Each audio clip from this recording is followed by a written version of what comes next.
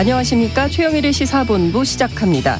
저는 건강상의 이유로 자리를 비운 최영일 평론가를 대신해서 진행을 맡고 있는 장윤선입니다. 오늘 1부에서는 오늘 하루 꼭 알아야 할 소식을 한입에 정리해드리는 한입뉴스 준비되어 있고요. 2부에서는 오직 불사조 기자단에서만 들을 수 있는 정치권 취재 뒷이야기, 오늘도 가장 뜨거운 현안에 대해서 대통령실 그리고 여야 속사정을 들어보겠습니다. 그리고 IT본부에서는 최근 북한 해킹그룹에 의해서 국내 금융권의 보안 프로그램이 공격당했다, 이런 소식이 들려왔는데요. 도대체 어떤 피해들이 있었는지, 그리고 과연 내 통장은 안전한 건지 살펴보겠습니다. 4월 11일 시사본부 지금 출발합니다. 1부 마지막에 듣는 노래 디저트송 신청도 기다립니다. 오늘 듣고 싶은 노래 있으시면 문자 샵 9730으로 자유롭게 보내주십시오. 짧은 문자 50원, 긴 문자는 100원입니다. 청취율 조사 기간을 맞이해서 청취자 여러분들께 드리는 간식 선물도 준비했는데요. 지금 전국적으로 태풍급의 거센 바람이 불고 있습니다. 강원도 강릉 지역에서는 강풍 속에서 산불이 확산되고 있어서 많이 걱정스러운 상황인데요. 청취자 여러분들의 출근길은 괜찮으셨는지, 그리고 지금 각자 계신 곳 상황, 또 대비는 어떻게 하셨는지 문자로 보내주시면 좋겠습니다. 추첨을 통해서 치킨 쿠폰 보내드리겠습니다. 많은 참여 부탁드립니다. KBS 1라디오의 모든 프로그램은 유튜브에서도 함께할 수 있습니다. 실시간 방송도 보실 수 있고요. 정치, 경제, 사회, 문화 등 다양한 분야의 명품 콘텐츠도 마련돼 있으니까요. KBS 1라디오 채널 구독과 좋아요, 댓글 많이 부탁드립니다.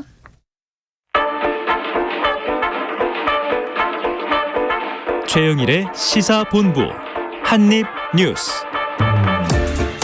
오늘의 핵심 뉴스 한입에 정리해드립니다. 한입뉴스 박정호 오마이뉴스 기자, 고현준 시사평론가와 함께 한입뉴스 시작하겠습니다. 두 분 괜찮으셨습니까? 오시는 길 괜찮으셨어요? 네, 괜찮았습니다. 바람이 서울에서도 바람이 많이 불더라고요. 그러니까요. 예. 지금은 우산이 막 뒤집어지고 네, 막 잦아든 것 같긴 합니다만 그래도 여기저기서 들리는 이 바람 소리 굉장히 걱정스럽습니다. 네. 우선 강릉 산불 소식부터 좀 살펴봐야 될 것 같은데요. 앞서 네. 말씀드린 대로 태풍급 그 강풍 속에서 강릉에서 발생한 산불이 민가를 덮치면서 긴급 주민 대피령이 내려진 상황입니다. 예, 이제 이 불이 오늘 아침 8시 30분쯤에 네. 강릉 이 난곡동 일원에서 산불로 이제 발생을 했는데요. 소나무가 부러지면서 전깃줄을 건드려서 불꽃이 튀고 이게 산불로 번진 걸로 지금 당국은 파악을 하고 있습니다. 말씀하신 것처럼 지금 이 불이 난 지점 인근 민가 이런 것도 좀 타고 있어가지고요. 네. 그 주변에 이 주민들, 그리고 뭐 산대원리, 순포리 주민들 대피를 한 상황이고, 인근 리조트 등 숙박시설 투숙객 일부도 만일 상황에 대비해서 안전한 곳으로 이동을 했고요. 네. 이 경포대 초등학교 학생들도 버스를 타고 이동을 하거나 아니면 귀가 조치하거나, 또 근처에 있는 유치원도 네. 지금 집으로 돌아가는 학생들이 돌아가는 그런 상황입니다.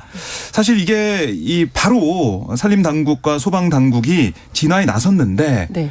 너무나 이제 바람이 세다 보니까 순간 풍속이 초속 30m까지 달하고 있는 상황이에요. 그래서 소방 헬기가 못 뜨고 있습니다.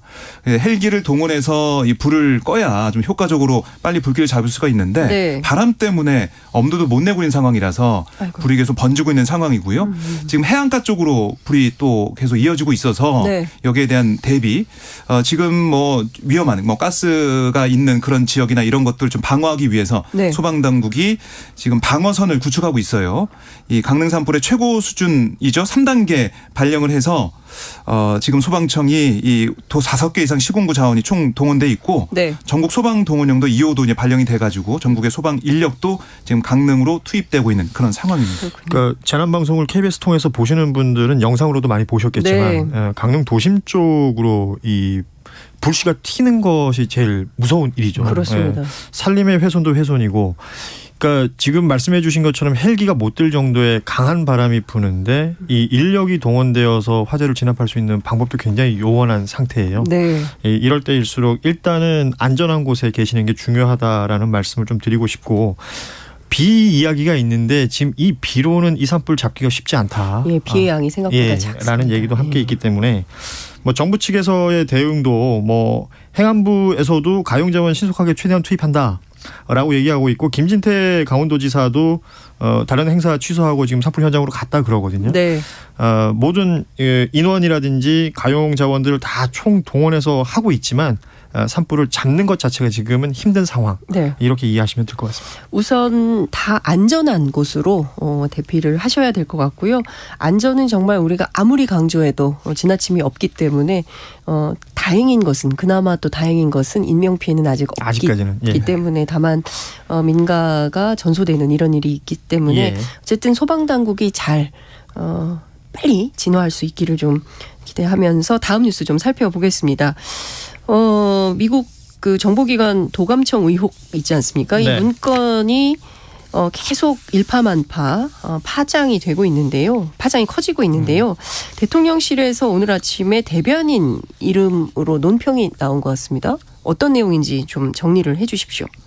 네, 오늘 논평 나온 내용을 보면 네. 이 용산청사의 보안이 청와대보다 탄탄하다 뭐 이런 내용도 좀 담겨 있는데요. 네. 용산 대통령실은 군사 시설이다. 그러니까 과거 청와대보다 훨씬 강화된 이 도감청 방지 시스템을 구축해서 운영 중이다라는 게 대통령실의 설명입니다. 네. 그리고 대통령 집무실과 이제 비서실, 안보실 여기에 이제 산재에 있던 청와대 시절과는 좀 달리 현재는 통합 보안 시스템과 전담 인력을 통해서 철통 보안을 유지하고 있다라고 얘기를 하고 있고요. 네. 그리고 또 하나 덧붙인 내용이 이 민주당은 이 진위를 가릴 생각도 없이 네. 용산 대통령실 이전으로 도감청이 이루어졌다는 식의 허위 네거티브 의혹을 제기해서 국민을 선동하기에 급급한데 네. 이거는 북한의 끊임없는 도발과 핵 위협 속에서 한미 동맹을 흔드는 자유행위다. 국익 침해 행위다. 이렇게도 비판을 했습니다. 이게 지금 대통령실에서 나오는 메시지들을 보면 네. 그 한 가지로 방향성을 잡고 있는 것 같아요. 대통령실 이전 때문에 이런 일이 벌어진 것이 아니다. 그렇죠. 라는 얘기를 하고 싶은 것 같습니다. 뭐 보도에 나온 것을 보면 대통령실 자체 조사 뭐 결과라기보다는 내용 중에 미국의 이제 정찰 위성에서 이런 정보를 수집했을 수도 있다.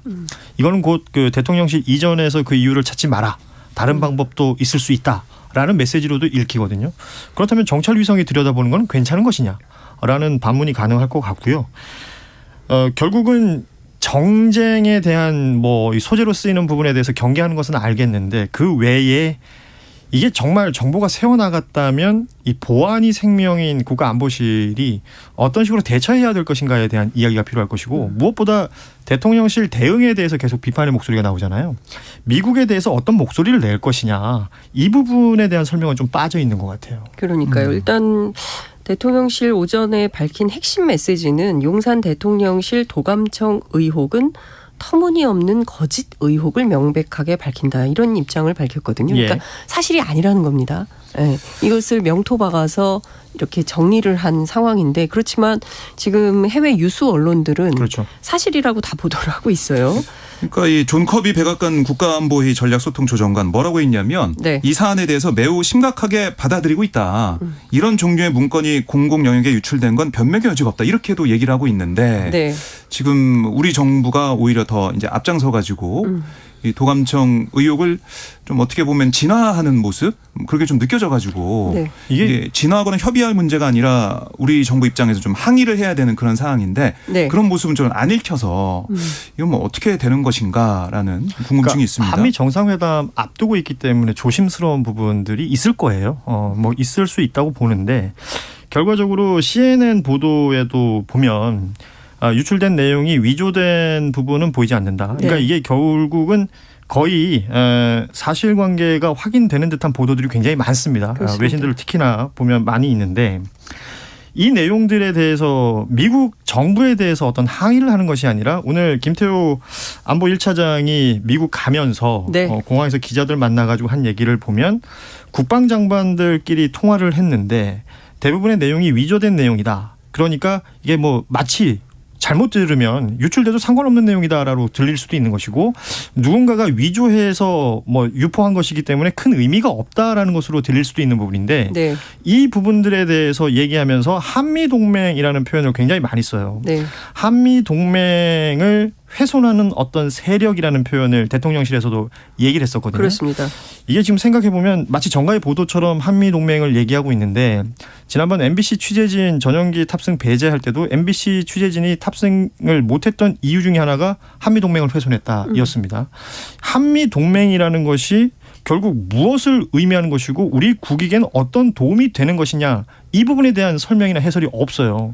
계속해서 이 개념상의 한미동맹을 자꾸 얘기하고 있단 말이에요. 이 부분을 좀 설명해 줬으면 좋겠다라는 생각이 듭니다.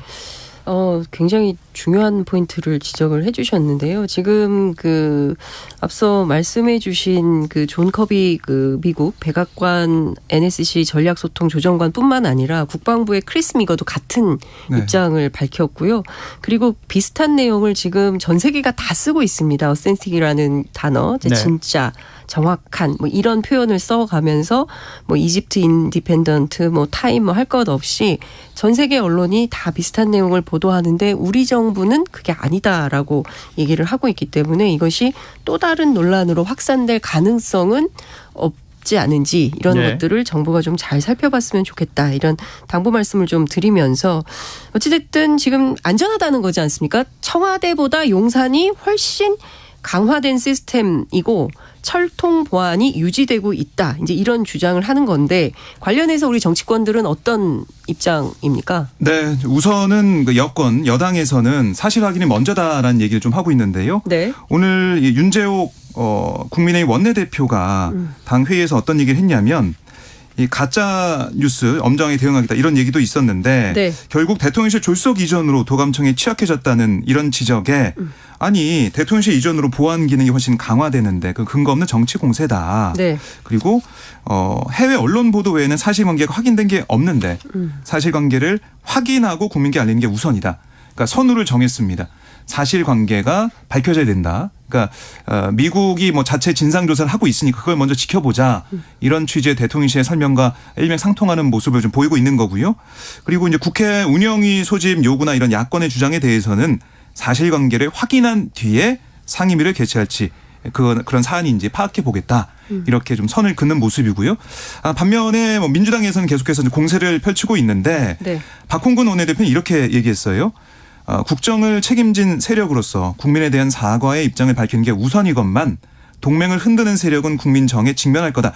이런 정치적 공세로 겁박하기 바쁜 게 아니냐. 동맹을 흔드는 세력이 대체 누구냐. 그럼 처음 이걸 보도한 외신이냐. 이걸 받아쓴 언론이냐. 아니면 신속한 점검과 대책만을 위해 최선을 다하는 야당 국회의원들이냐. 이렇게 따져 묻기도 했고요. 안보 컨트롤타워의 대화가 그대로 털렸는데 또다시 엉뚱한 곳만 탓하니까 좀 기가 막히다.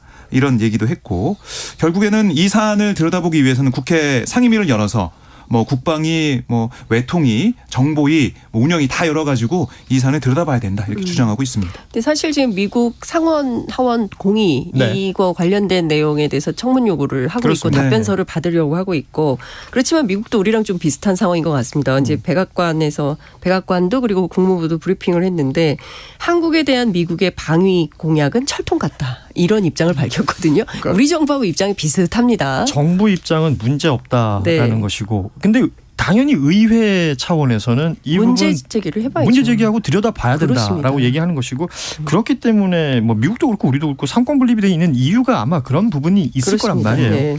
그러니까 이 부분에 대해서도 대통령실에서도 그리고 여권에서 지금 계속 하고 있는 얘기가 사실관계를 확인해야 된다라고 하는데 그 사실관계를 확인하기 위해서 사실은 상임위들이 움직이는 거거든요. 그렇죠.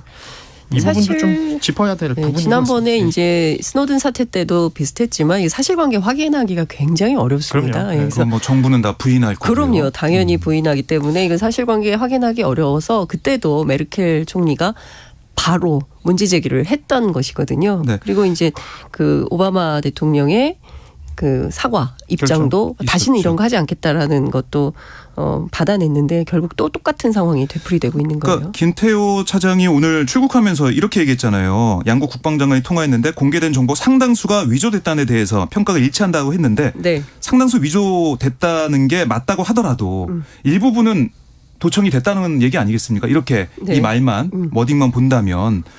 근데 그것도 좀 이상해요. 왜냐하면 네. 뉴욕타임스가 공개한 건 2건이에요. 그럼 그 상당수는 뭐냐. 그렇죠. 그럼 100여 건 전체 지금 리크된 그 100여 건을 얘기를 하는 건데 이게 좀 말이 잘 안 맞습니다. 김태호 1차장은 전체에서 뭐 상당수라고 표현했는지 모르겠는데 우리 해당 사항이 있는 건 2건이란 말이에요. 그렇죠. 이 2건에 대해서는 뭐 직접적인 해명은 없었고 그리고 오늘 설명하면서 그럼 어떤 조치를 취할 것이냐 미국이 어떤 요구를 할 것이냐라고 했더니 할 거 없다. 왜냐하면 위조됐기 때문에 이런 식으로 얘기를 했단 말이에요.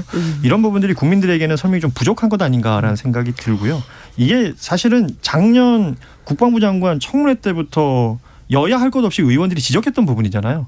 이게 좀 보안에 취약한 것 아니냐라는 지적이 있었기 때문에 이 부분에 대해서 무조건 아니다라고 말할 것이 아니라 좀 국민들이 납득할 수 있을 정도의 설명은 좀 친절하게 해야 되지 않겠느냐라는 그렇습니다. 생각이 듭니다. 지금 많은 국민들이요. 전 세계 언론을 실시간으로 들여다보면서 상황 변화, 국제 질서가 그렇죠. 어떤지 미국이 뭘 하고 있는지 다 들여다보고 있습니다. 그렇기 때문에 우리 정부도 거기에 걸맞는 그런 답변을 준비하는 게 좋겠다. 이런 말씀을 좀 드리면서 국민의힘 얘기를 좀 해보겠습니다. 전광훈 목사가 어제 기자회견을 열어서 국민의힘은 나의 통제를 받으라. 나의 통제를 받아라. 이런 주장을 했습니다. 이 가능한 얘기입니까? 국민의힘이 좀 아니다. 이런 입장은 좀 나왔습니까? 예, 그러니까 우선 뭐 정광훈 목사 입장이 뭐였냐면 네. 아니 정치인들이 권력을 가지고 있기 때문에 반드시 종교인의 감시가 필요하다는 주장이었어요. 종교인의 감시가 없으면 그러니까 정치인들이 자기 통제가 불가능하다. 네. 이런 주장을 하면서 홍준표 대구시장, 황교안 전 대표를 겨냥을 했죠. 그 두 사람이 하는 말을 보면 저게 통제는 말이냐. 네. 그래서 정광훈 목사의 통제를 받아야 되는 거다. 뭐 이렇게 주장을 했는데 결국 여기에 대해서도 국민의힘이 대응을 어떻게 할 것이냐 이게 뭐 중요한 부분인데 네. 이것도 좀 갈리는 것 같아요. 어제 뭐 장해찬 국민의힘 최고위원이 여기에서 뭐 선을 그는 모습도 보이긴 했지만 중요한 거는 당 지도부의 어떻게 보면 조치나 이런 것들이 필요한 상황인데 김기현 대표의 반응을 좀 보면 선을 확 긋는다기보다는 아니 정광훈 목사 우리 당원도 아닌데 뭐 어떻게 해야 되냐 뭐 이렇게 소극적인 모습을 보이는 게 아니냐 이런 얘기가 좀 나오고 있습니다. 그렇군요. 그러니까 방송 한 1시간 전쯤에 김기현 대표가 페이스북에 글을 올렸더라고요. 아, 그래요? 이런 지적들에 대해서 관계가 없는데 선을 그으라고 하는 것은 좀 무리한 것 아니냐라는 취지의 글을 썼어요. 저는 제가 봤을 땐 굉장히 정치적인 문장입니다. 선 그을 게 없어서 선을 못 긋겠다라는 얘기로 들리기도 하고요.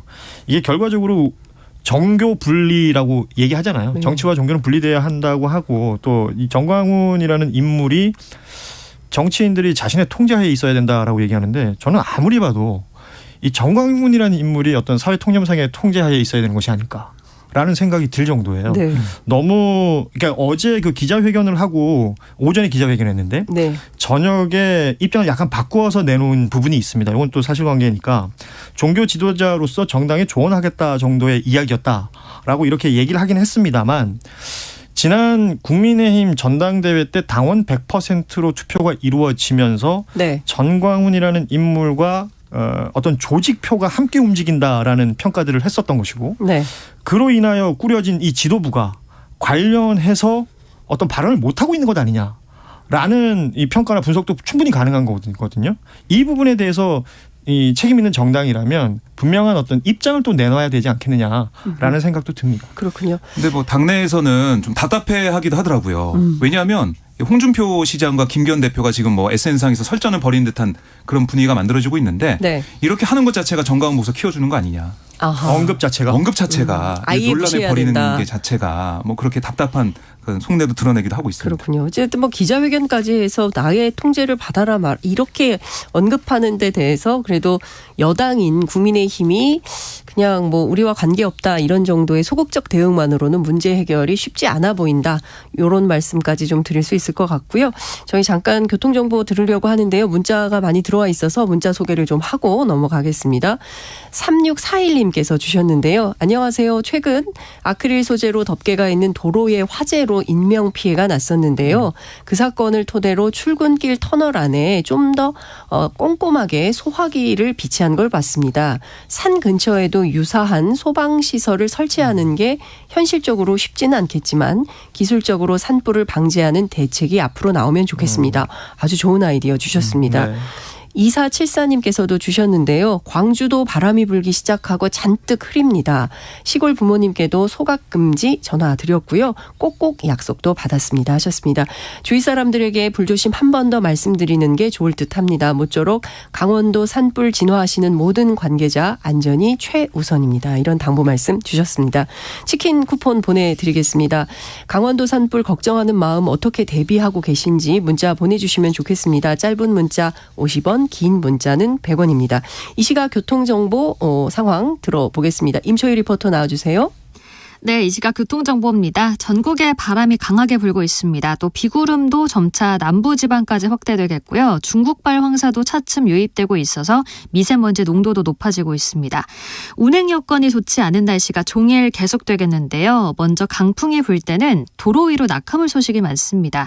화물차의 경우 적재물이 쏟아지지 않도록 평소보다 더욱더 주의해 주시기 바랍니다.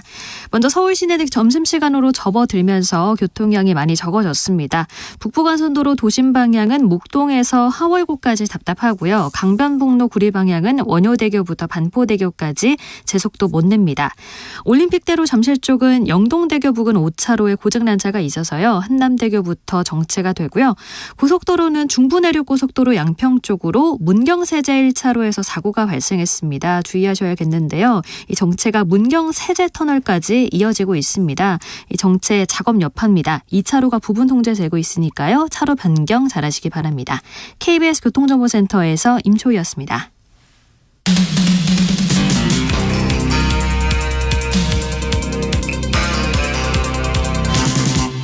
최영일의 시사본부. 네, 한입뉴스 계속 이어가겠습니다. 일본 정부가 오늘 외교청서를 공개했는데요. 지난달 6일 한국의 강제징용 해법에 호응한 일본 측의 발표를 설명하면서 역대 내각의 역사인식 계승 표명을 누락했다면서요. 네, 그러니까 이 외교청서 이게 뭐냐면 네. 일본 정부가 매년 4월에 최근에 이 국제 정세와 일본의 외교 활동을 기록한 백서를 펴내요. 그게 이제 외교청서인데 네. 이게 오늘 일본에서 열린 국무회의에서 보고가 됐습니다. 올해 외교청서가 보고가 됐는데 어떤 내용이 있었냐면 한일이 작년 5월 한국의 윤석열 정부 출범 이후 외교당국 간 의사소통과 한일 정상회담을 통해서 강제징용 문제 조기 해결을 모색해왔다 이렇게 썼는데 핵심은 뭐냐면 이 우리 측의 이제 조치, 그러니까 우리 조치가 이거였잖아요. 2018년 대법원 이 징용배상 판결에 의해서 매우 엄중한 상태였던 한일 관계를 다시 되돌리기 위해서 우리 정부가 입장을 내놨고 거기에 대해 일본이 평가를 하면서 한일 정상회담까지 열렸는데 네.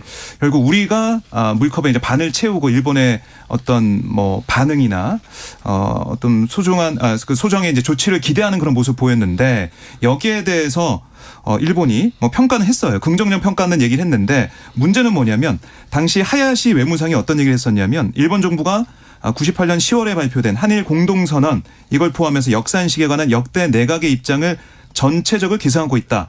이걸 확인한다는 내용이 하야시 외무상의 입으로 네. 나왔거든요. 근데 이게 이 외교청서에는 안 들어갔습니다. 공식 문서에 들어가야 되는 거 아닙니까? 그렇습니다. 그 백서는 일본의 외교 활동을 세세하게 다 기록한 그런 문서고 백서인데 여기에 안 들어갔다는 거.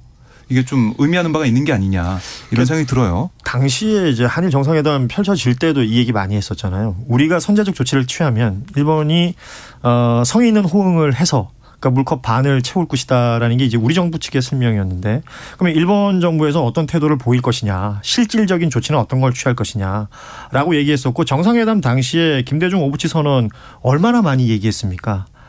그런데 쏙 빠져 있다는 거거든요. 이러다 보니 먼저 퍼주고 제대로 못 돌려받고 있다라는 평가 계속해서 나올 것으로 보이고 공식 문서의 중요성을 얘기해 주셨는데 우리 정부가 꾸준히 발표해왔던 우리가 이러이러한 조치를 취하면 일본이 이러이러할 것이다 라는 건 이게 공식적으로 서류로 만들어진 게 하나도 없어요. 네. 그러니까 우리 정부의 조치였을 뿐입니다. 그러면 일본이 이걸 어떻게 받아들일 것이냐. 지금 오늘 적어도 이 외교청서가 발표된 이 타이밍에는 오히려 우리 정부가 기대하는 것보다도 훨씬 못 미치는 수준의 청서가 발표됐기 때문에 여기에 대한 또 다른 대응을 우리 정부와 이 외교 당국이 분명히 해야 된다라는 것을 다시 한번 말하고 싶고요. 이 외교청서라는 것이 아까도 말씀드렸지만 공식적으로 적혀 있는 문서잖아요. 그렇습니다. 어떤 표현을 쓰느냐가 굉장히 중요하지 않겠습니까? 아까 우리 박정호 기자께서 강제징용 그 노동자 문제라고 얘기를 해주셨는데 이 청서에는 그렇게 안 적혀 있어요. 조선반도 출신 노동자. 이게 당시에 그 기사 총리도 이런 표현을 썼었지 않습니까? 맞습니다. 이걸 가지고 우리 국민들은 모두 문제 제기를 했었잖아요. 네. 청서에 이렇게 적혔다는 건 일본의 태도라는 게 다시 한번 보여지는 것이고 느껴지는 부분이다. 이렇게 볼 수 있을 것 같습니다. 그러니까 외교 전문가들이 계속 지적하고 있는 관전 포인트가 바로 그것입니다. 일본의 태도는 바뀐 게 없어요. 예. 그러니까 계속 그 강제징용에 대해서 인정하지 않는 태도를 보였기 때문에 역사와 경제 문제는 분리 대응한다라는 기조를 계속 가져왔던 건데 이건 뭐 진보 보수 정권과 상관이 없습니다. 네. 계속 그렇게 해왔는데 윤석열 정부에서 이렇게 선제적 양보 외교를 하면 선의에 의해서 저쪽에서 물컵 반잔을 채워줄 그렇죠. 것이다라고 기대했는데 결국 돌아온 것은 이런 상황인 것입니다. 네. 관련해서 주한 일본 공사 초치해서 항의는 했습니다만 이걸로 되겠습니까? 근데 이게 초치해서 항의한 게 네. 이 사안에 대해서 항의한 건 또 아니에요. 네? 여기에 대해서는 우리 지금 제가 확인한 바로는 네. 외교부 대변인 논평이 좀 안 나온 걸로 제가 확인을 지금까지 했는데 독도에 대한 영유권 주장에 대해서 초치를 우리가 했다. 예. 일본 이 주한 공사를 초치를 한 거예요. 총괄 공사를.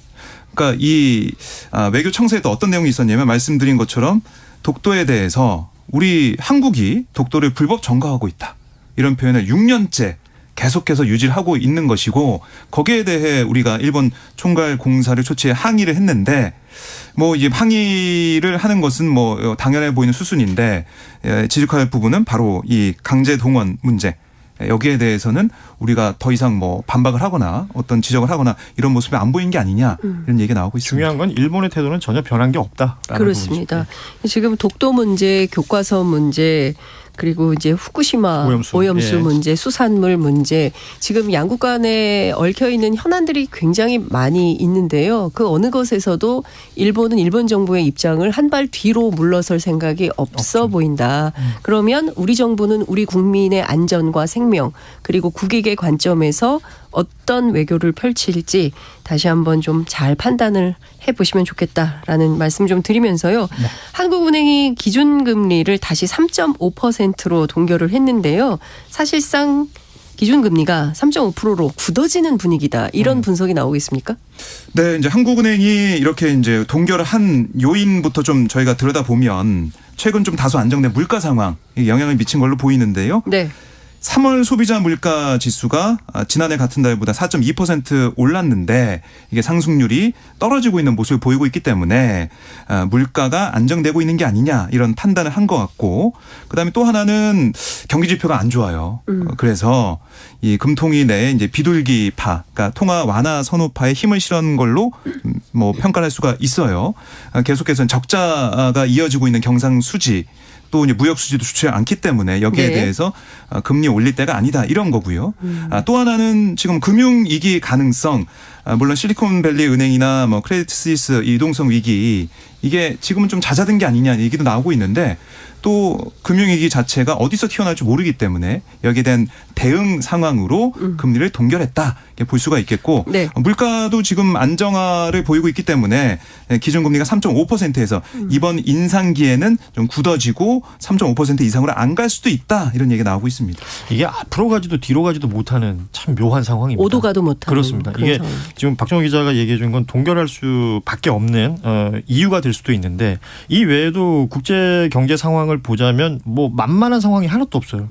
대한민국은 흔히들 하는 말로 수출로 먹고 사는 나라인데 수출 지수는 계속해서 감소하고 있는 것이고 최대 교역국인 중국과의 관계는 계속해서 점점 요원해지고 있다. 그리고 이 수지상으로 봐도 계속해서 적자라는 네, 말이죠. 무역 적자가 심각하죠. 여기에다가 지금 이 오펙 플러스에서 국제 그 생산하는 원유량을 줄인다라고 그렇죠. 발표를 했어요. 감산 발표도 했어요. 그렇습니다. 감산 발표를 했기 때문에 에너지 물가 관련해서 에너지 물가는 당연히 원자재로 이어지고 원자재는 또 공산품까지 이어지는 것이거든요.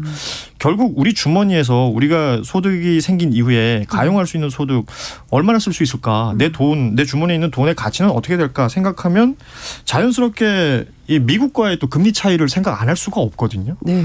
이러면 또 올려야 된다라는 목소리들도 나와요.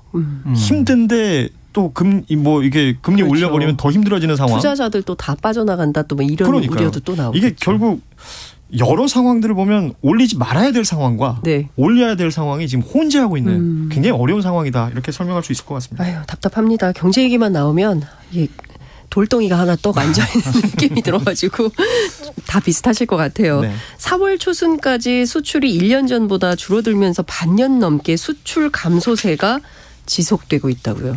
네, 그러니까 이 수출 문제가 계속 이어지고 있기 때문에 지금 오늘 이창용 한은행 총재가 기자간담회에서 얘기한 걸 또 얘기를 들어보니까 당분간 뭐 금통위원 5분이 3.75%로 최저금리 수준을 가져갈 가능성 여러 대 된다 이런 얘기도 했더라고요. 아, 그래요? 그만큼 국제 뭐 유가나 아니면은 미국의 뭐 연준도 네. 지금 다음 달에 어떻게 또 금리를 할지. 만약에 베이비 스텝 0.25%포인트만 올려도 1.75%포인트 한미 간 금리가 역전이 계속 이어지고 있는 거고 폭이 커지는 거거든요. 네. 그럼 또 이 자금, 이 금융시장 흐름이 어떻게 될 것이냐 이런 우려도 있는데 여기다가 수출까지는 어려워서 이런 부분들 경기가 안 좋은 부분들까지 이게 환율이 또 작용하게 되면 금통이 그러니까 한국은행 입장에서는 금리를 또 더 올릴 수도 있겠고 낮추지는 못할 거다 이런 얘기가 나올 수밖에 없는 상황이고요. 우리가 이제 경제는 심리라는 얘기 많이 하잖아요. 그렇습니다. 지금 뭐 여러 가지 수지 얘기하고 뭐 국제 원유가 뭐 얘기하고 금리 숫자 나오면 어려워요. 그런데 피부에 받아들여지는 경제 상황. 금리 오른다 그러면 제일 많이 걱정하는 건 서민들은 대출 금리란 말이에요. 실질적으로 내가 다달이 나가야 되는 돈이 늘어나고 수입은 늘지 않는 이 상황. 그렇기 때문에 이 국민들의 심리 관리를 해줄 정부의 메시지가 지금 굉장히 필요한 타이밍이다라는 생각을 또 하게 됩니다. 맞습니다. 거시경제도 중요하지만 우리가 사실은 실물경제의 흐름에서 보면 지금 점심시간인데 당장 돈 10,000원으로. 그러니까요. 예. 점심 해결 쉽지가 않습니다. 그래서 사실은 뭐 그래서 요새 뭐 편의점 도시락이 인기다. 특히 젊은 층들에게 뭐 이런 얘기도 나오고 있긴 합니다만 여하튼 좀 이렇게 뻥뻥 속 시원한 경제 뉴스들이 좀 많이 있었으면 좋겠다라는 생각이 좀 드네요. 대치동 학원가의 마약 음료 사건 있지 않습니까? 그렇죠. 이거 굉장히 충격적인 사건이었는데 이 사건 배후에 중국 보이스피싱 조직이 있다. 이런 수사 결과가 나왔다면서요? 네, 그러니까 기존 음료 나눠준 2명 외에 마약 음료를 제조하거나 또 협박 전화 이제 발신지 조작. 그러니까 이게 중국에서 전화 걸려면 전화번호 국내 발신번호 조작하는 그런 혐의를 받는 2명이 추가로 구속이 됐는데요. 봤더니 원주 뭐 자택에서 텔레그램으로 구한 필로폰을 우유에 타는 방식으로 제조를 했다고 하고, 그래서 경찰은 중국에 뭐 체류하는 공범 2명, 뭐 중국에 거점을 둔 보이스피싱 조직 관련성을 좀 보고 있는 거예요. 네. 그래서 중국 공안 공조를 통해서 여권 무효화 아니 뭐 체포영장 신청 절차 진행을 할 방침인데 여기다가 또 윗선이 더 있지 않은지 이것도 추적하고 있는 그런 상황입니다. 네. 오늘도 꼼꼼하게 네. 주요 뉴스들 잘 살펴주셔서 고맙습니다. 오늘 한입뉴스 여기까지 듣겠습니다. 박정호 오마이뉴스 기자, 고현준 시사평론가와 함께했습니다. 두 분 감사합니다. 고맙습니다. 네, 문자 많이 들어와 있습니다. 8127님께서 문자 주셨는데요. 아기를 키우는 아기 엄마이다 보니까 매일이 같은 날 같은 하루를 보내고 있습니다. 외출을 못하는 까닭에 라디오가 세상을 알아가는 유일한 소통 같아요. 자기를 갈아 넣으면서 애쓰는 세상의 모든 아기 엄마들 그리고 이 시간 불을 끄고 있는 모든 분들을 응원합니다 하셨습니다. 너무 공감해요. 0991님께서는요. 동생이 소방관인데 어머니께서 소방관 화재 진압 뉴스가 나오면 도저히 심장이 떨려서 못 보겠다. 고개를 돌리십니다. 산불 진화에 참여하신 분들 모두가 부디 안전하시기를 바랍니다. 이런 문자 주셨습니다. 모든 분들이 같은 마음이실 것 같고요. 그 어머님 마음 저도 이해할 것 같습니다.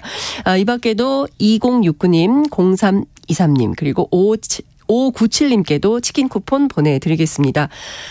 오늘의 디저트송은요. 3763님께서 신청하신 LS2 디저트송으로 들으시면서 1부 마무리하고 저는 2부로 돌아오겠습니다.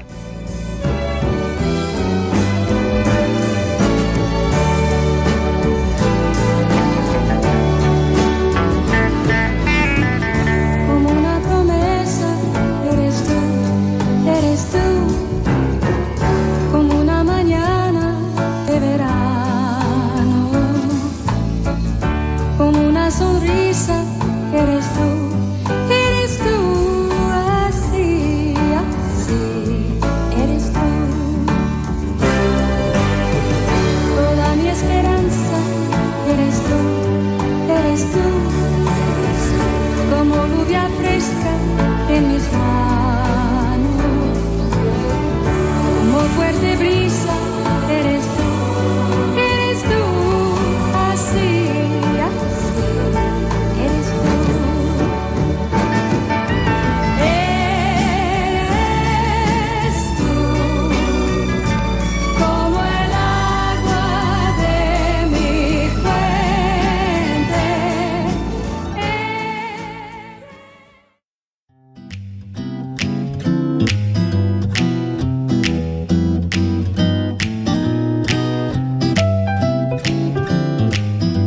안녕하세요. 바른말 고운말입니다.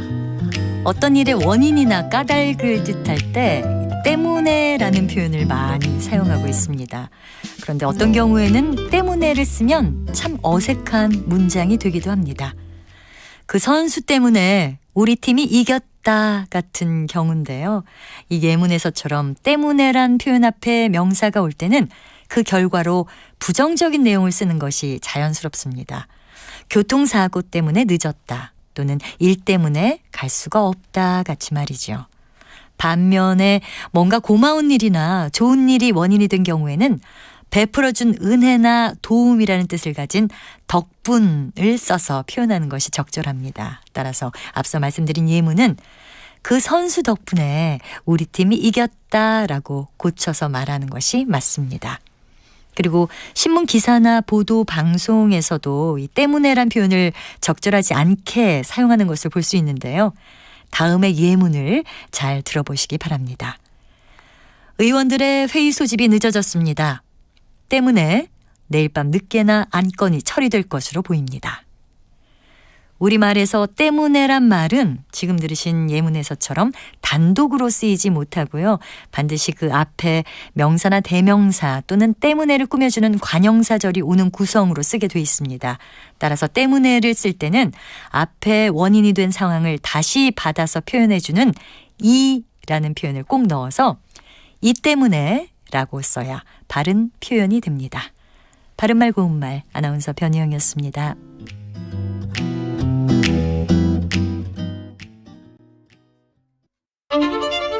토론은 치열해도 판단은 냉정하게. 복잡한 세상을 바꾸는 첫걸음은 의외로 단순할지도 모릅니다. 평일 저녁 7시 20분 당신을 바꾸는 질문.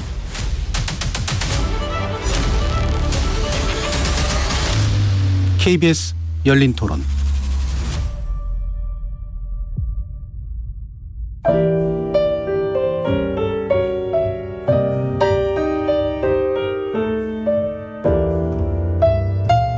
내일의 품격, 김성환의 시사야에서 챙겨가세요.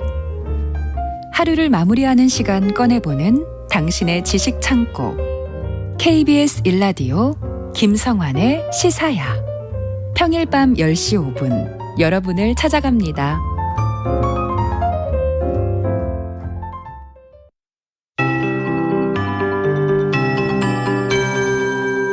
KBS 58분 날씨. 산불이 발생한 강릉에는 지금 시속 50km가 넘는 강풍이 불고 있어 산불 진화에 큰 어려움을 겪고 있습니다. 강릉에는 현재 강풍경보와 건조경보가 함께 발효 중이고요.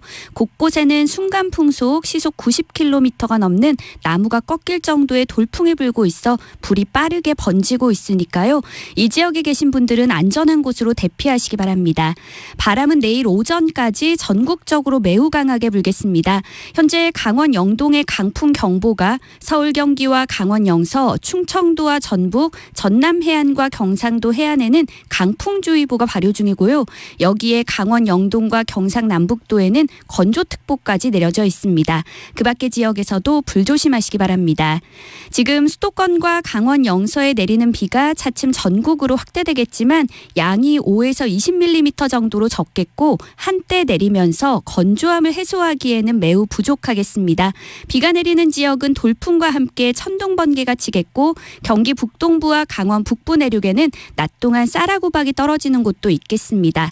또 황사가 날아오고 있어 비에 황사가 섞여 내릴 수 있겠고요. 오늘 낮 기온은 어제보다 1도에서 4도 정도 낮겠습니다. 현재 서울의 기온은 15.2도입니다. 송소진입니다.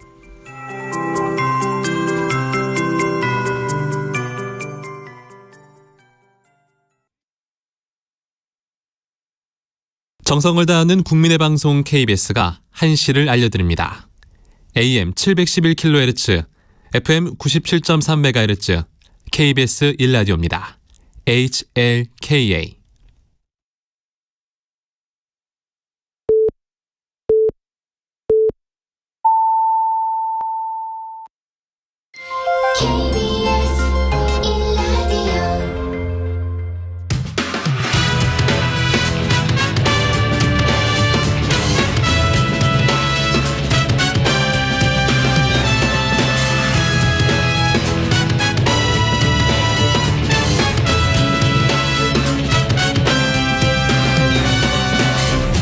KBS 1라디오 최영일의 시사본부.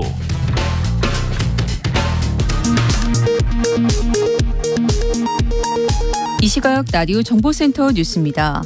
오늘 오전 강원 강릉시 난곡동에서 발생한 산불이 계속 확대되면서 산불 대응 3단계가 발령됐습니다. 민가 등 수십 채와 산림 170만 제곱미터가 소실된 것으로 잠정 집계된 가운데 진화 차량 등 100여 대와 인력 1,400여 명이 투입돼 진화 작업을 벌이고 있습니다.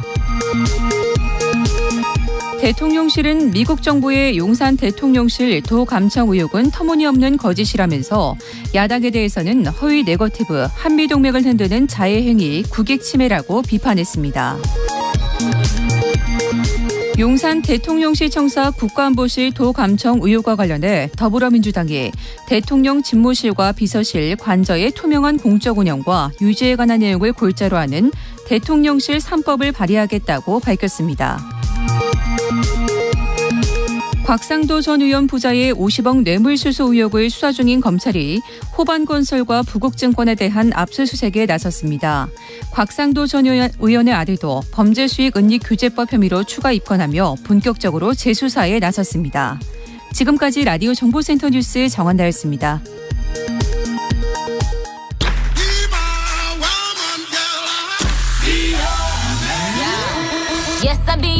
인터넷에서 화제가 된 뉴스를 다뤄보는 스트릿 뉴스 파이터 시간입니다. 오늘은 박지원 뉴스캐스터와 함께하겠습니다. 어서 오십시오. 안녕하세요. 네, 오시는 길 불편하지 않으셨어요? 바람이 너무 많이 불어가지고요. 비바람이 엄청나게 불었습니다. 바람이. 그러니까요. 이런 날은 우산도 소용없어요. 막 우산이 뒤로.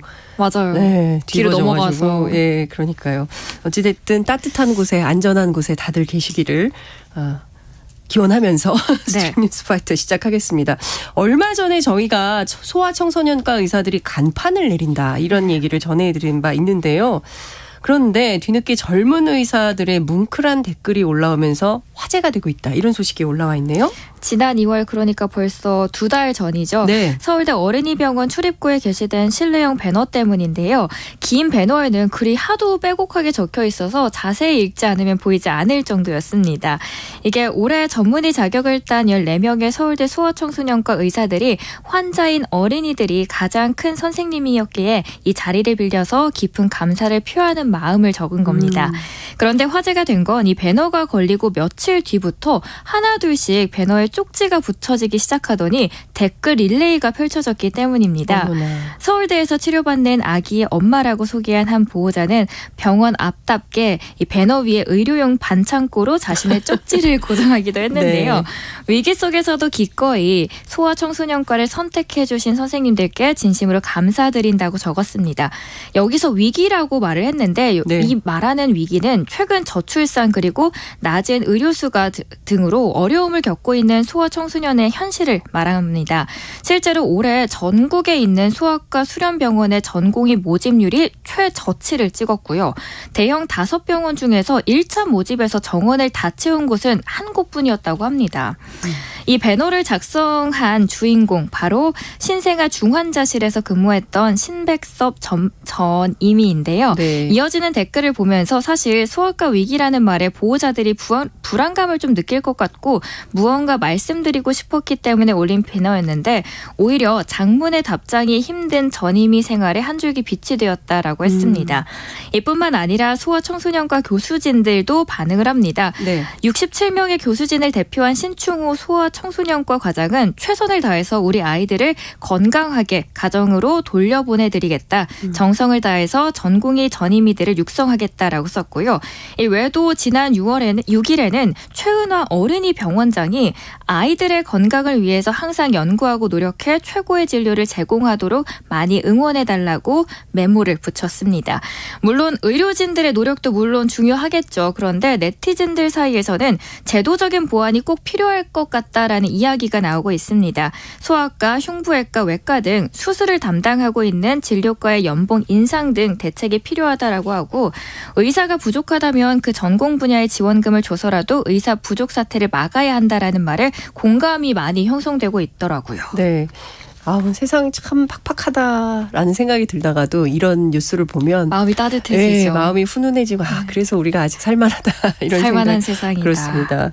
그리고 돈보다 생명, 이윤보다 생명 우리가 늘 그런 얘기를 했었는데요. 어찌됐든 뭐 수가 조정 이런 것들도 필요하겠지만 대책으로 그렇지만 정말 본인이 원하는 과로 가서 어떤 과를 선택하든지 간에 문제없는 이런 의사 또 의료 환경 이런 것들이 됐으면 좋겠다라는 생각이 좀 드네요. 비리나 부패를 고발할 때 내가 이런 말 해도 되나? 혹시 나한테 무슨 불이익이 오는 것은 아니야? 그렇죠. 눈치가 보이기 마련인데요.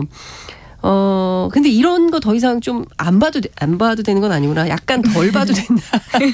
눈치를 좀 덜 볼 수 있게 있네요. 되었습니다. 네. 맞습니다. 고발을 할 때는 내가 속해 있는 집단일 가능성이 크죠. 그래서 내 자리에 대한 위협 때문에 이번에는 참지 아니면 나는 몰라라는 경우가 생기는데 이런 걸 방지하는 차원에서 내부 비리나 부패를 고발하는 공무원에 대한 법적 보호 장치가 강화된다고 합니다. 네. 혹시 무언가 고발하고 싶으시다면 네. 쫑긋 세우고 집중해 주시면 되겠는데요. 인사혁신처는 국가공무원법 개정안을 11일 공포하고 즉시 시행할 예정입니다. 개정안은 공무원이 공익신고나 부패행위 신고 등을 하지 못하도록 방해하거나 취소를 강요하는 행위를 금지하고 신고를 이유로 신고자에게 신분, 인사상 불이익 조치를 하거나 본인 동의 없이 신고자 신상을 공개할 수 없도록 했습니다. 사실 현재로서도 이 공익신고자 보호법이나 부패 방지법도 물론 공익신고를 한 공무원을 보호하긴 합니다. 네. 다만 문제는 인사권자가 공익신고자에게 인사상 불이익을 가했더라도 징계를 받지는 않습니다. 법은 부당 징계를 금지할 뿐 이를 위반했을 경우에는 처벌 조항은 두지 않기 때문인데요. 그러나 바뀐 법은 내부 고발을 이유로 신고자를 징계한 인사권자를 징계할 수 있는 근거가 됩니다. 그만큼 이제는 신고자가 징계 취소 소송 등에서 승소하기도 쉬워진 거죠. 이 외에도 기존에는 공익신고자 보호를 규정하는 공익신고자보호법 그리고 공무원의 비밀누설 금지 의무를 규정한 국가공무원법이 충돌을 했습니다. 하지만 바뀐 국가공무원법은 자체적으로 공익신고자 보호 역시 규정을 합니다. 예를 들어 드리자면 내부 고발 내용이 검찰 수사 상황처럼 기밀에 해당이 되는 경우에도 신고자는 보호를 받을 수 있게 됩니다. 여기에 더해서 원래는 성비위 피해자만 가해자의 징계 처분 결과를 통보받게 됐었는데요. 갑질 피해 공무원에게도 가해자에 대한 징계 처분 결과를 통보하도록 규정을 하고 있습니다. 네. 앞으로 더 많은 피해가 발생하지는 않았으면 좋겠다라는 생각도 함께 듭니다. 근데 사실 우리 역사가 바뀌게 된 계기가 뭘까 잘 들여다보면 실제로 이 공익정보 제공자에 의해서 역사가 바뀐 게 굉장히 많이 있습니다. 그러니까 그 용기 있는 양심들의 어떤 선언 이런 것으로 세상이 많이 바뀌었는데요. 저는 이런 분들이 사실은 내부에서 굉장히 고통을 많이 받거든요. 그렇죠. 조직 안에서 뭐 밀고자 막 조직을 배신했다 막 이런 비판. 저는 이 순간 이문정 검사도 훅 지나갔는데 이런 분들이 더 이상 피해 없도록 이런 법률이 조금 더 강화되면 좋겠다. 그리고 잘못된 것을 고발하는 거거든요. 그렇죠. 이렇게 하면 안 된다. 정의로운 차원에서 하는 것이기 때문에 우리 법이 이런 분들을 잘 보호할 수 있도록 했으면 좋겠다는 말씀을 좀 드리겠습니다. 아이폰 쓰시는 분들은 우리 집에서도 이런 일 종종 이런 시리아 날씨 알려줘 막 이런 거. 그다음에 구글 스피커는 오케이 구글 뭐 이렇게 AI 기능을 활용해서 도움을 받는 게 익숙해졌어요. 실제로 아침에 일어나면 제일 먼저 시리아 지니아 막 찾거든요. 그래서 뭐 휴대폰 텔레비전 막 다 난리가 나는데 이번에는 AI 스피커가 사람의 목숨을 진짜 구했습니까? 네, 그렇습니다. 경북의 구미시에서 홀로 사는 70대 이모 씨가 위급한 순간에 AI 스피커의 도움으로 119 구급대원의 구조를 받은 사연이 공개가 됐습니다. 이 씨는 지난 6일 오전 5시쯤 잠에서 깼는데 갑자기 몸에서 마비 증상이 느껴졌대요. 그러자 스치듯이 AI 스피커가 생각이 났고 AI 스피커를 향해서 아리야 살려줘 라고 외쳤습니다. 네. 신기하게도 AI 스피커가 반응하면서 곧장 119에 SOS를 신호를 보냈고 구급대원들이 신속하게 출동해 다행히 응급 이송을 할 수 있었습니다. 그래서 저도 우리 지니를 사용을 하고 있거든요. 그래서 우리 집도 가능한가 해서 지니야 살려줘 한번 해봤습니다. 됐어요? 그런데 묵묵무답이더라고요. 그래서 네. 아니 왜 나는 안 될까 생각을 해봐서 찾아봤더니 그 배경이 이렇습니다. 구미시는 지난해 12월부터 고독사 예방을 위해서 관내 취약계층 1인 가구 300명에게 AI 스피커 누구를 제공하기 시작했다고 합니다. 방금 보신 기능 외에도 다양한 기능이 있는데요. 24시간 동안 AI 스피커를 전혀 이용하지 않으면 전화를 걸어서 상태를 확인도 해주고요. 이 사용 시간이 24시간보다 더 그러니까 48시간 늘어나면 행정복지센터 담당자가 직접 방문을 해서 상태를 확인하기도 합니다. 안진희 복지정책과장은 이번 일을 계기로 해서 AI 기술이 생명을 구하는 데 큰 역할을 할 수 있다는 것을 확인할 수 있었고 1인 가구 대상자들에게 AI 스피커 지원을 더욱더 확대해 나가겠다라고 말을 했습니다. 근데 진짜 이런 제도는 너무 고마운 제도인 네. 것 같습니다. 그래서 구미시 말고도 다른 지역으로도 좀 그렇죠. 확산이 좀 되면 좋을 것 같고 혼자 계시는 어르신들께서 AI 스피커 도움을 통해서 또 이렇게 생활을 이어갈 수 있게 되면 좋겠다라는 당부 말씀 좀 드리겠습니다. 저희가 저번 시간에도 챗 GPT AI가 가질 수 있는 편견에 대해서 맞습니다. 말씀드렸었잖아요. 네. 그런데 이번에는 AI가 가질 수 있는 순기능, 그러니까 확실히 기술이라는 게 어떻게 사용되는지가 중요하다는 걸 다시 한번 느꼈습니다. 그러니까 저는 인간의 얼굴을 한 자본주의, 우리가 그런 얘기 많이 했잖아요. 그런 것처럼 인간의 얼굴을 한 기술 발전, 이런 차원에서 생명윤리 특히 네. 이제 생각을 하면서 걸어가야 되지 않을까라는 생각이 좀 듭니다. 많은 이들의 슬픔을 어루만져 주었던 원로 가수죠. 고 현미 씨가 깊은 잠에 드는데요. 오늘 연결식이 진행이 됐다면서요? 네, 4일 별세한 가수 현미 씨의 연결식이 오늘 오전 서울중앙대병원 장례식장에서 대한가수협회장으로 엄수되었습니다.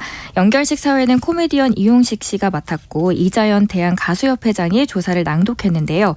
후배들의 가슴 속에 영원히 남아있을 거라면서 비통한 마음을 감추지 못했습니다. 지난 4일 고인은 자택에서 쓰러진 채로 발견이 됐습니다. 팬클럽 회장이 김모 씨가 고인을 발견해 인근 병원으로 바로 옮겼지만 의식을 되찾지 못하고 끝내 세상을 떠났습니다. 조가로는 고인의 히트곡인 떠날 때는 말없이 연결식장에 고요히 울려 퍼졌습니다. 1964년 발표된 노래이기도 하죠. 떠날 때는 말없이 가오리다라는 애달픈 가사가 돋보이는 고인의 대표곡 중 하나였습니다. 연결식에서는 상주 이영군 씨와 조카이자 배우 한상진 씨 등 고인에 대한 그리움으로 그만 눈물을 보이면서 많은 이들을 안타깝게 했습니다. 그리고 현장에는 가요계의 데모답게 많은 후배들이 자리를 채우면서 고인의 마지막 길을 배웅했습니다. 고인은 허스키한 재즈풍 보컬로 1960년대 한국 가요계를 선도한 디바로도 평가를 받았죠. 현재 특히 전해지는 일화로는 현미의 발성이 너무나 쩌렁쩌렁한지 밤안개를 녹음할 때 마이크에서 한 두세 발걸음은 떨어져서 녹음을 해야 됐다라는 일화가 전해지기도 합니다. 빈소를 찾은 가수 하춘아 씨는 든든하게 우리 가요계를 지켜주던 한 분이 떠나시니 마음이 너무 허전하다고 전했고요. 가수 현미 씨는 이제 유족의 뜻에 따라서 고인의 유해는 서울 추모공원에서 화장 절차를 마친 뒤 두 아들이 있는 미국에 안장할 예정입니다. 큰아들 이용군 씨는 저와 동생이 미국에 거주한 지 오래됐기 때문에 자녀들과 함께 오래도록 함께 있을 수 있도록 미국으로 모시려고 한다라고 전했습니다. 그리고 신기하게 그렇게 며칠 동안 좋았던 날씨도 오늘만큼은 아는지 비바람이 거세게 불더라고요. 맞습니다. 정말 시원시원한 말씀, 그리고 그 허스키한 보이스로 듣던 그 노래들이 다 기억이 나는데요.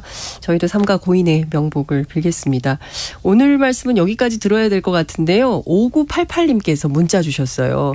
소아과를 지키겠다. 새내기 의사쌤들의 따뜻하고 가슴 찡한 소식 너무 감사합니다. 강릉 산불 더 큰 피해 없기를 빠른 시간 내에 진화되기를 간절히 바랍니다. 이런 문자 주셨습니다. 고맙습니다. 지금까지 박지원 뉴스캐스터와 함께했습니다. 감사합니다. 천둥 돌풍 꼭 조심하시길 바랍니다. 네, 고맙습니다.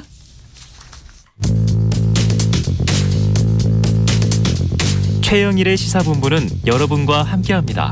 짧은 문자 50원, 긴 문자 100원이 드는 샵 9730. 라디오 어플 콩과 유튜브는 무료로 참여하실 수 있습니다.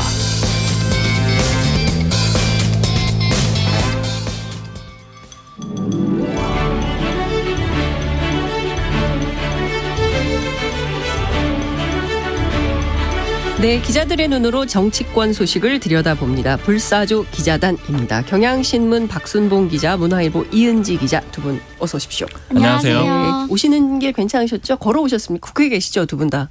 아니 저는 다른 데 있다 왔는데 다른 데 있다 오셨어요? 바람이 많이 불더라고요. 네, 저도 국회에서 오는데 네. 비가 갑자기 쏟아져가지고 네. 다행히 비는 안 맞았습니다.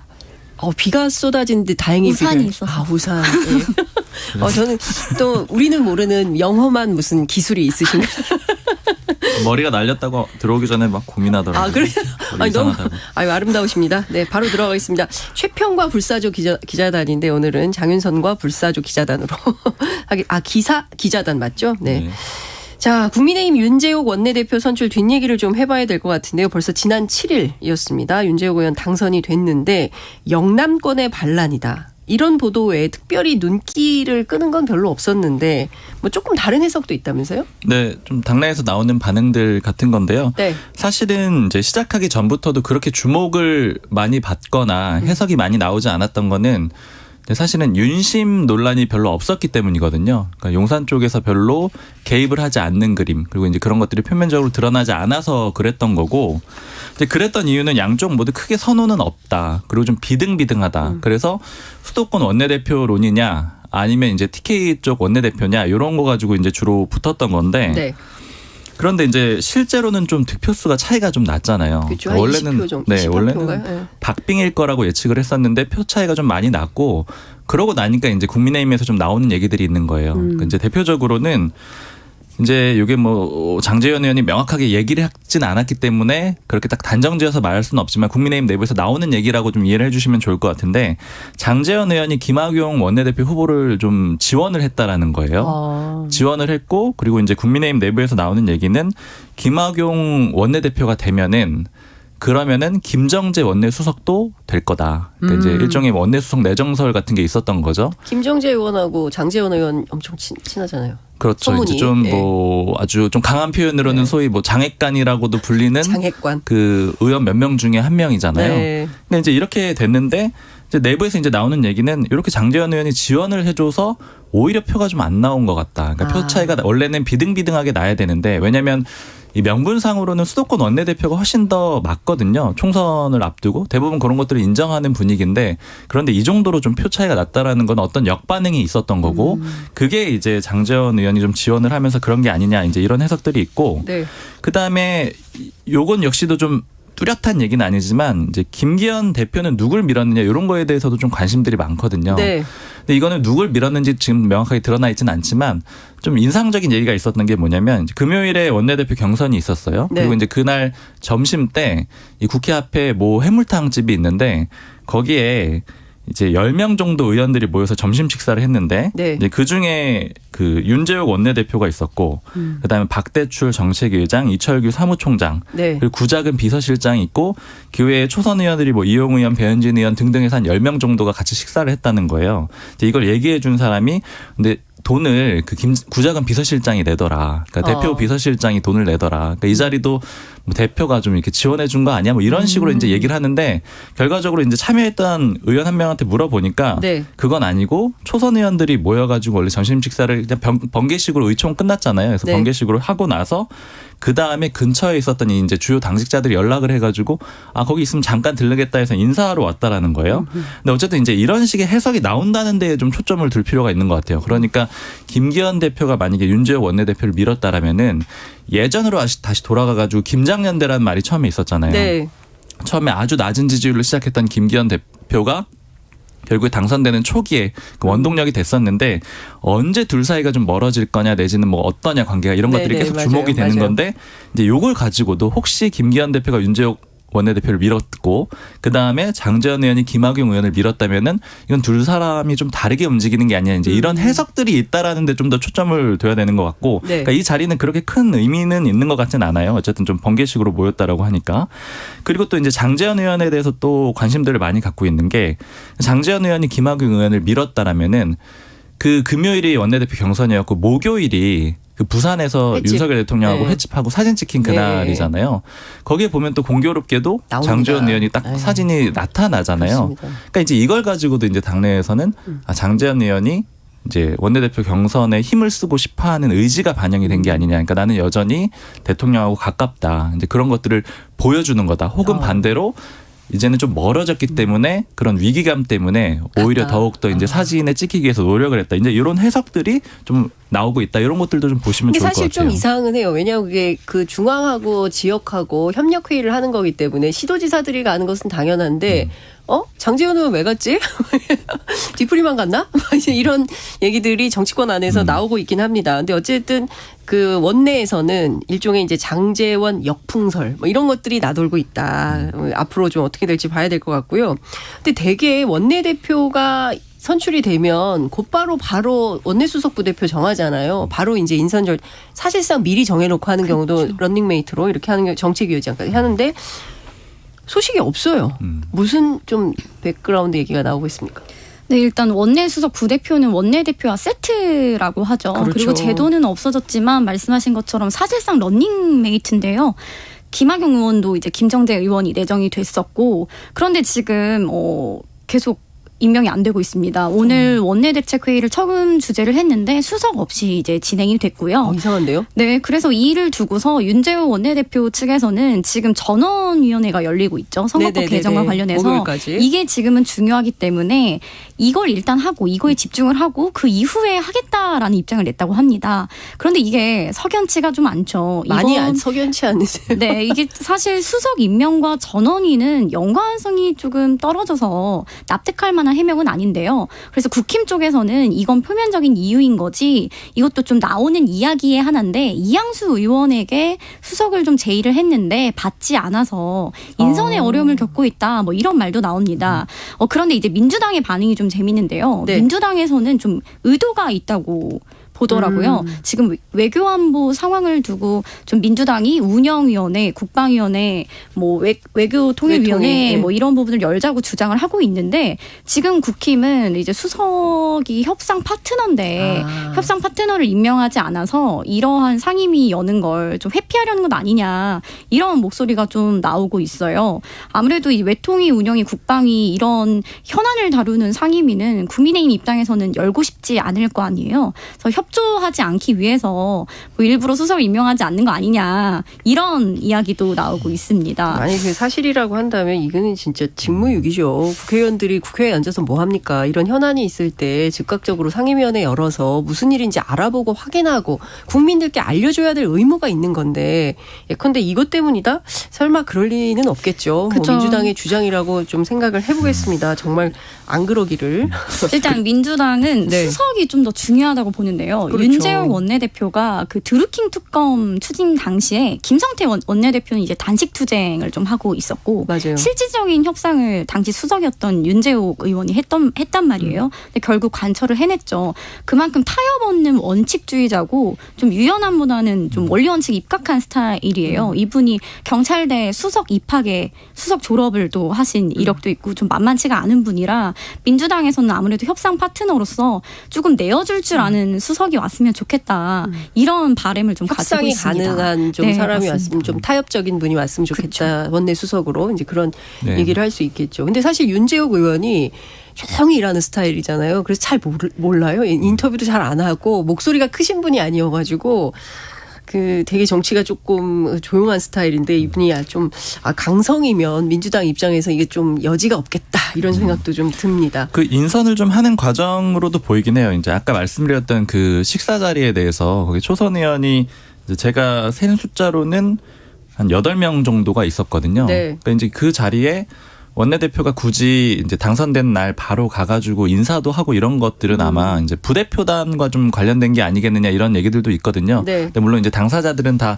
번개 자리다 이렇게 얘기를 하고 있는데 원내대표가 의원들 좀 많이 만나는 것 같습니다. 그러니까 그런 것들을 봐서는 이제 인선을 좀 하려고 하는데 원활히 안 되다 보니까 뭐 그런 조율 과정도 좀 있을 것 같아요. 국회의원이 10명이 모이는데 번개다? 근데 그게 의총날이라서 뭐 가능할 수는 있을 것 같아요. 갑시다 뭐 이렇게 해서 갈 수는 어떻게 하다 보니까 10명이 모였다더라 뭐 이럴 수는 있겠지만 다 일정이 많으신 분들이기 때문에 한둘은 몰라도 10명이 번개다. 이건 좀 쉽게 납득되는 것은 아닌 것 같습니다. 그 이낙연 전 민주당 대표 지금 장인상 때문에 한국에 와 있지 않습니까? 생각보다 굉장히 주목을 많이 받고 있습니다. 비명계를 비롯해서 지금 전반적으로 민주당 내 분위기가 좀 기류가 바뀌고 있습니까? 어떻습니까? 이게 명확히 말씀드리긴 어려운데 네. 일단 이재명 대표의 사법 리스크가 고조될 때마다 이낙연 전 대표의 역할론이 계속 이제 군불대기가 한창 이루어졌었는데 사실 미국에 있는 상황이었고 귀국할 명분도 마땅치가 않아서 그동안 당 내에서는 이제 이 전 대표가 할 수 있는 역할이 많지 않을 거다. 회의론 쪽으로 오히려 돌아서고 있는 분위기였어요. 그런데 이번에 장인상으로 귀국을 했을 때 생각보다 파장이 좀 컸습니다. 의원들이나 기자들도 얘기를 하는 게 이렇게까지 이 전 대표가 좀 극적으로 복귀하는 모양새가 이뤄질 줄 몰랐다. 이런 말을 입을 모으는데요. 이 전 대표가 잠깐 온 것만으로서 그 이재명 대표 체제에 이제 대안이 지금 없잖아요. 그래서 조금 물결이 어느 정도 일고 있는 상황이고요. 그리고 지금 당이 소강 상태예요. 인적 쇄신을 한 이후에 비명계도 친명계도 지금 좀 조용한 상황이죠. 이러한 상황에서 더 이낙연 전 대표의 귀국이 극적으로 비춰졌고요. 빈소에도 비명, 친명, 계파를 떠나서 많은 조문 행렬이 이어졌는데요. 이 전 대표가 앞으로 어떤 역할을 할지 모른다는 기대 혹은 누군가는 불안 이런 것들이 반영된 것 아니냐 이런 해석이 나왔고요. 좀 재밌었던 게 이재명 대표가 조문 일정을 개인 일정으로 할 것이냐 당 일정으로 할 것이냐 이걸 두고 좀 고민을 했다고 합니다. 원래는 이제 지도부와 다 같이 가는 공식 일정으로 할까 논의를 했었는데 어쨌든 현 지도부가 아무래도 친 이재명계 좀 색채가 강하다 보니 우리가 우르르 가는 것보다는 이제 이 대표 개인으로 자격으로 혼자 가는 게 낫겠다. 그래서 혼자 갔다고 하고요. 친명계 중에서 가장 오래 빈소를 지키다 간 분이 박찬대 의원이었다고 합니다. 네, 이 전 대표가 이제 한 일주일 정도 국내에 더 머물다가 미국으로 다시 돌아가는데 그 사이에 NY계 인사들을 만날지 좀 주목이 됩니다. 이게 당장 새를 키우긴 어려워도 4월 말 5월 초 얘기가 나오고 있는 그 원내대표 선거에 NY계인 박광훈 의원이 지금 후보로 뛰고 있는데요. 그러한 선거를 앞두고는 좀 새 결집에 일부 영향을 줄 수 있다 이런 관측이 나옵니다. 들리는 소문으로는 정치권 취재를 좀 해보면 몹시 뭔가를 원하시는 것 같아요. 역할을 총선 역할 반드시 한다라는 얘기가 나와서 어찌됐든 6월 이후에는 그 행보가 본격화될 것 같다는 생각이 좀 드는데 어제죠. 그 NY계의 싱크탱크인 연대와 공생이 토론회를 열었는데 팬덤, 유튜브 무당, 저질 지도자 이런 센 단어들이 굉장히 많이 거론이 됐다고 하는데 왜 이런 말들이 나온 겁니까? 직접 현장 다녀오셨다면서요? 네. 어제 이 토론회에 갔었는데 이게 NY계 대표적인 NY계 의원인 신경민 전 의원의 발언입니다. 현재 민주당이 저질 지도자와 무당급 유튜버들이 결합해서 당을 좌지우지하고 있다. 그 이재명 대표 체포동의안 이탈표 사태 이후에 그 외 수박 명단이 돌았었죠. 30명. 여기에 본인 이름도 들어가 있는데 본인은 현역 의원이 아니어서 투표를 할 수도 없다. 그래서 이런 가짜 뉴스를 양산해내는 게 이러한 저질 정치 지도자와 무당급 유튜버들이 결탁한 결과다. 이게 사실상 이제 강성 지지층인 개딸과 이 대표를 겨냥한 것 아니냐 이런 해석이 나왔는데요. 그런데 이게 이낙연 전 대표의 귀국과 좀 무관하지 않다고 보는 해석이 아무래도 좀 힘을 받게 됐잖아요. 그 이낙연 전 대표가 오면서 이 영공이란 토론에도. 네. 그래서 발언도 좀 수위가 세진 것 같고요. 이 토론회는 사실 한 달 전에 잡힌 일정입니다. 이 공교롭게도 이제 시기가 맞물렸는데 이낙연 전 대표의 빈소 정치라고 해야 할까요? 이 연대와 공생 토론회 하루 전날 그 빈소에서 이 영공 소속 인사들이 이 전 대표와 아침 일찍 티타임을 가졌다고 합니다. 그래서 내일 이렇게 토론회를 열 계획이다. 그리고 공교롭게도 그 주제가 팬덤 정치였어요. 아하. 그래서 이 전 대표가 이게 학문적인 탁상 공론에 그쳐서는 안 되고 현실 정치를 진단하고 대안을 제시해야 한다라고 좀 조언을 했다고 합니다. 그래서 아무래도 이런 발언들도 좀 언론에서 주목할 수밖에 없는 부분인 거죠. 그렇군요. 어찌됐든 좀 개파가 다 존재를 하는 거고요. 그 안에서 건강한 토론이 있으면 좋은데 이렇게 거친 말들이 오가고 저는 수박 이런 말들은 좀 그만 나왔으면 좋겠다는 생각도 좀 듭니다. 상대를 공격할 때도 좀 품격을 갖춰야 국민들로부터 지지받는 정치가 될 수 있을 텐데 그게 아니고 서로 힐난만 하면 되겠습니까? 이런 생각이 좀 듭니다. 자, 민주당 이낙연 전 대표 얘기를 좀 해봤고요. 이번엔 국민의힘 김기현 대표 얘기를 좀 해보려고 하는데요. 어제 특정 직업군 대거 공천설은 근거가 없는 괴담이다. 이게 검사 공천 얘기하는 것 같은데 절대 그럴 일은 없을 거다. 그런가요? 실제 이게 좀 김기현 대표 심중을 좀 드러낸 그런 발언이다라고 해석해도 될까요? 사실은 이제 공개 회의에서 말을 했기 때문에 굉장히 주목이 되죠. 네. 왜냐하면 당 대표하고 용산 내지는 이렇게 청와대 기존의 이 당청 간의 관계가 언제 갈등 국면으로 들어가는 거는 사실은 좀 명확하잖아요. 어느 시점인가는 그 갈등 국면이 오는데 선거 때죠. 그렇죠. 네. 그게 이제 언제냐를 가지고 항상 지켜보는 거고 사실 이제 용산에서 김기현 대표를 강하게 밀었던 거는 그 시기를 최대한 늦추려고 하는 의도도 있는 거잖아요. 그러니까 적어도 총선 공천 때는 그런 반발이 안 나오게 하려고 하는 거다. 그렇기 때문에 김기현 대표가 공천 얘기를 한 거는 굉장히 좀 주목이 되는 내용이라서 네. 좀 이제 그쪽이 좀 물어봤습니다. 이게 특정 직업군이라는 거 결국 이제 검사를 대거 공천할 수는 없다. 수십 명 공천할 수는 없다. 이런 얘기인데 그럼 요건 혹시 좀 이제는 어떤 좀 존재감을 드러내려고 하는 거냐. 이제 이런 것들을 물어봤는데 이제 하는 얘기는 그런 거는 아니고 굉장히 원론적인 얘기를 한 거라는 거예요. 그러니까 이게 근거 없는 얘기로 여론이 안 좋아지는 걸 막겠다라는 그런 취지라는 건데 이제 설명하는 건 이런 겁니다. 검사 출신이 지금 굉장히 많이 실제 공천에서 이제 내년 총선에서 많이 등장을 할 거다 이렇게 예측들을 하고 또 실제로 겁먹는 사람들도 많아요. 그러니까 제가 들은 현역들? 아니요 현역 말고 예. 이제 지원하려고 하는데 예를 들어 그 지역에 검사 출마자들. 출신이 네, 온다더라. 왔다라고 하면은 돌아다닌다라고 하면은 이제 지레 겁먹고 빠지고 다른 데를 알아봐야 되나 이렇게 하는 경우도 많은데 이게 아무래도 이제 그 사람들 입장에서는 용산의 뜻이겠거니 이렇게 좀 추정이 되는 거잖아요. 그러니까 이런 것들이 좀 오히려 이 실제 공천에서 나쁘게 작용을 할 거라고 보고 얘기를 하는 거라는 거고 네. 이제 근거가 없다라고 하는 얘기는 뭐냐면은 수십 명이 안 나온다라는 거예요. 절대로. 그러니까 예를 들자면은 지금 당장 이제 한동훈 장관 같은 경우에도 이제 나올지 안 나올지 뭐 장담을 할 수가 없는 거고 뭐 주진우 비서관 정도는 좀 나올 가능성이 높다 이렇게들 좀 예측을 하고 그다음에 이원모 비서관도 좀 안 나올 가능성이 높다라고 좀 얘기들을 하고 있거든요. 이렇게 하면 굉장히 상징적인 인물들 중에서 몇 명밖에 안 나올 거고 그리고 나서 이제 굳이 검사 출신이라고 할 수 있는 사람들은 예를 들자면 뭐 원희룡 장관 그러니까 이제 검사 출신이기는 하지만 그게 지금 윤석열 정부에서 만들어낸 어떤 검사 출신이라고 보기 어려운 인물들 있잖아요. 예를 들자면 또 뭐 권영세 장관 네. 역시 검사 출신이긴 하지만 그 사이에 정치를 오래 정치도 했고요. 오래 한 분들. 그렇죠. 그러니까 이런 사람들을 그럼 검사 출신으로 볼 거냐. 그렇게 따져봤을 때 이런 사람들 다 빼면은 특정 직군에서 10명 나오기 굉장히 어렵다. 그러니까 이거는 사실은 맞지 않는 얘기이기 때문에 그렇다. 그리고 이제 김기현 대표가 결국 이거는 이제 이런 얘기들을 할 때 존재감을 드러낼 거냐 말 거냐. 요거 이제 계속 판단을 할 거예요. 그런데 이제 아직은 이제 김기현 대표 쪽의 얘기를 들어봤을 때는 뭐 아직은 뭐 그런 것들을 전혀 염두에 두고 있지 않다. 그러니까 왜냐하면 어쨌든 용산하고 보조를 맞춰서 가는 게 가장 중요하다. 이렇게 얘기를 하기 때문에 요거는 이제 각을 세운 표현까지로는 안 보는 게 맞다. 이렇게 좀 해석이 됩니다. 이 정부에서 유독 검사 출신들이 주목받는 이유는 권력의 길목마다 검사 출신들이 배치되기 때문에 그런 의혹을 받는 것도 있다. 그러니까 그렇게 뭐 좀 인사를 좀 널리 두루 이렇게 쓰면 뭐 그렇게 의심하지 않을 것 같은데 꼭 보면 지금 뭐 논의되는 게 뭐 방통위원장도 그렇고요. 뭐 금융 쪽도 마찬가지고요. 뭐 이렇다 보니까 사람들이 이거 뭐 또 총선에 대거 공천하는 거 아니야? 그리고 뭐 지난번에 보니까 청주 서원인가요? 뭐 어제 사면 복권됐는데 내일 뭐 지역위원장으로 내려가고 이런 일들이 있지 않았습니까? 작년에. 그러니까 그런 것들 때문에 오히려 더 논란이 좀 확산되는 이런 측면도 있어 보인다. 그러니까 사실 이제 용산 쪽에서 많이 그런 얘기를 이제 하게 되면은 네.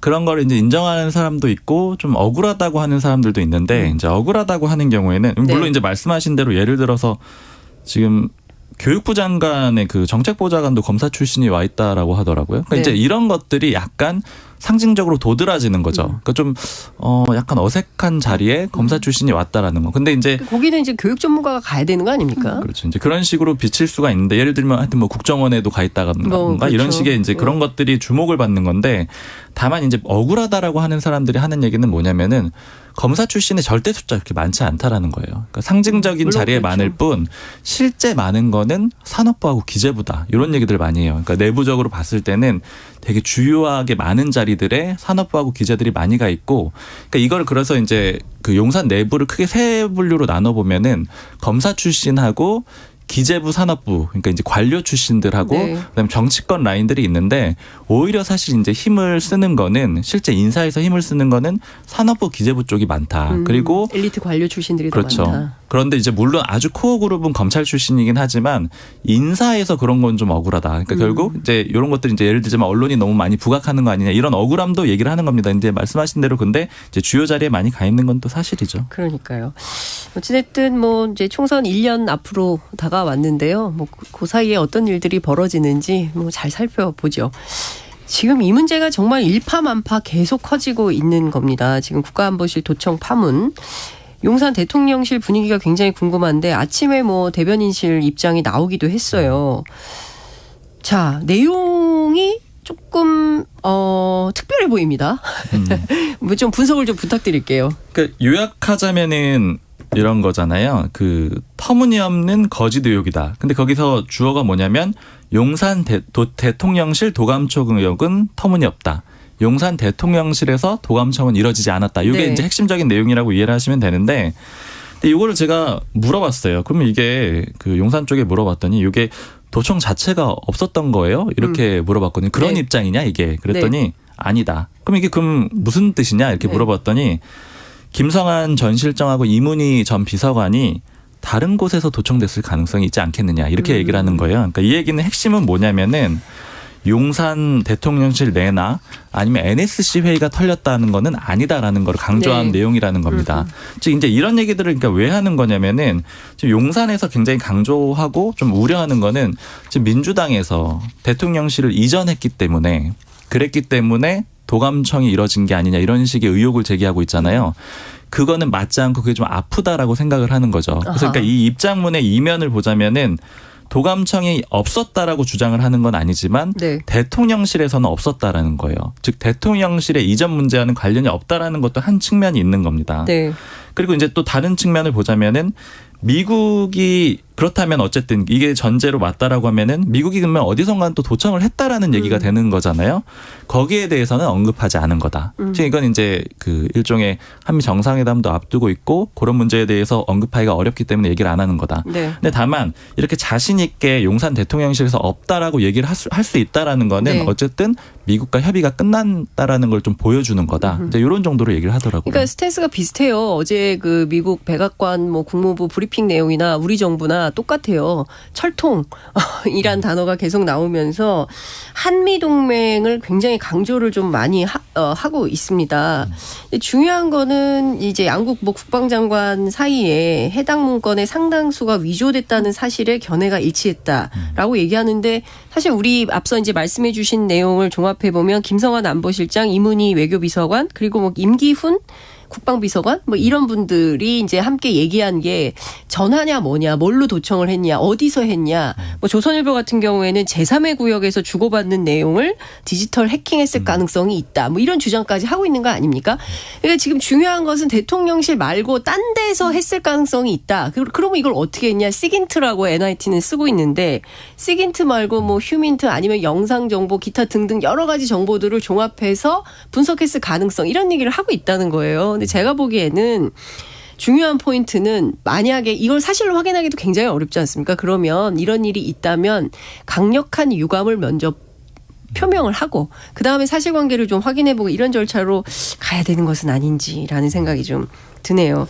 지금 보면 대통령실이 굉장히 강경한 입장을 계속 피력을 하면서 특정 세력 개입 가능성 이것도 얘기를 하고 있습니다. 그리고 청와대보다 용산이 훨씬 더 보안이 낮다 이런 주장을 하고 있는데요. 관련해서 민주당은 어떤 입장입니까? 네, 먼저 그 앞전에 오늘 대통령실에서 나온 입장을 두고도 민주당은 바이든 그 날리면 네. 그때와 똑같은 패턴이라고 말을 하는데요. 오늘 대통령실 해명을 보면 야당이나 언론이 제기한 내용은 다 조작이고 그다음에 민주당이 이제 이런 식으로 국익 자해 행위를 하고 있다라는 말도 포함이 됐거든요.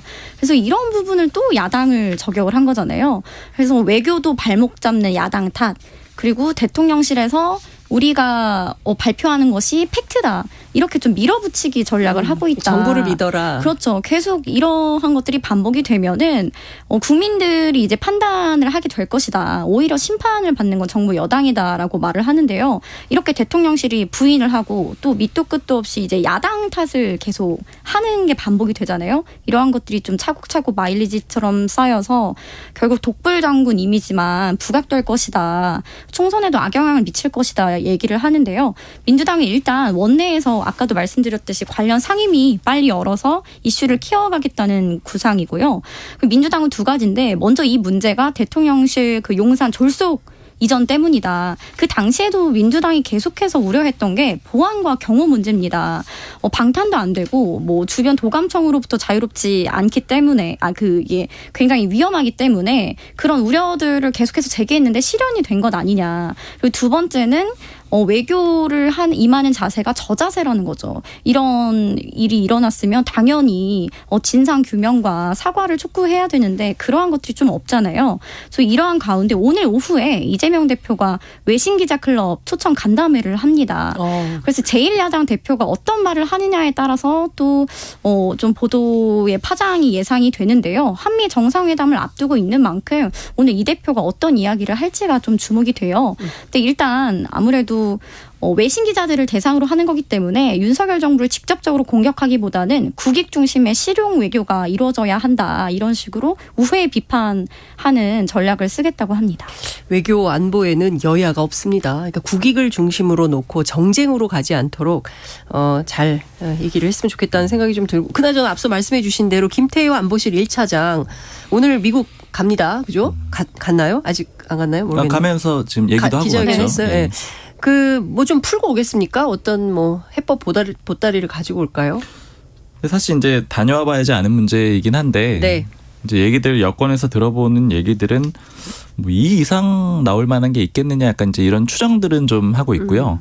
이제 그보다 좀 제가 집중해서 보는 거는 예전보다 요번에 이제 외교 이슈에 대해서 자신감은 좀 용산 쪽에 많이 떨어진 것 같아요. 그러니까 옛날에 이 한일 정상회담 하기 전까지만 해도 한 가지 정도의 기대가 있었어요. 그러니까 일본이 좀 예상외 좀 성의 같은 걸 보여줄 수가 있고 더 궁극적으로는 이제 미국하고 푸는 문제들이니까 미국에서 많은 선물 보따리 같은 게 나올 거다 이렇게 좀 추정을 하면서 정상회담 이후에는 좀 여론이라든가 이런 게 긍정적으로 바뀔 거다 이렇게 추정들을 했었는데 요즘 분위기는 이제 미국이 너무 자국 우선주의가 강하다라는 거예요. 그러니까 결국에 이제 그런 우리가 말이 용산에서 나옵니까? 그런 얘기들도 하죠. 그래서 이게 그러니까 이제 이거는 뭐 그 코어들이 하는 얘기는 아니고 이제 주변 사람들이 하는 얘기들인데 그러니까 결국 이런 분위기들 때문에 네. 실제로 어떤 경제적인 성과를 가져와야지 이제 국민들이 좀 납득을 하거나 여론이 환기가 될 수가 있잖아요. 네. 근데 지금 미국이 모든 걸 다 자기 나라로 끌어오려고 하는 그런 상황이라서 경제적인 걸 쉽게 내줄 것 같지 않다라는 거예요. 그러니까 결국에는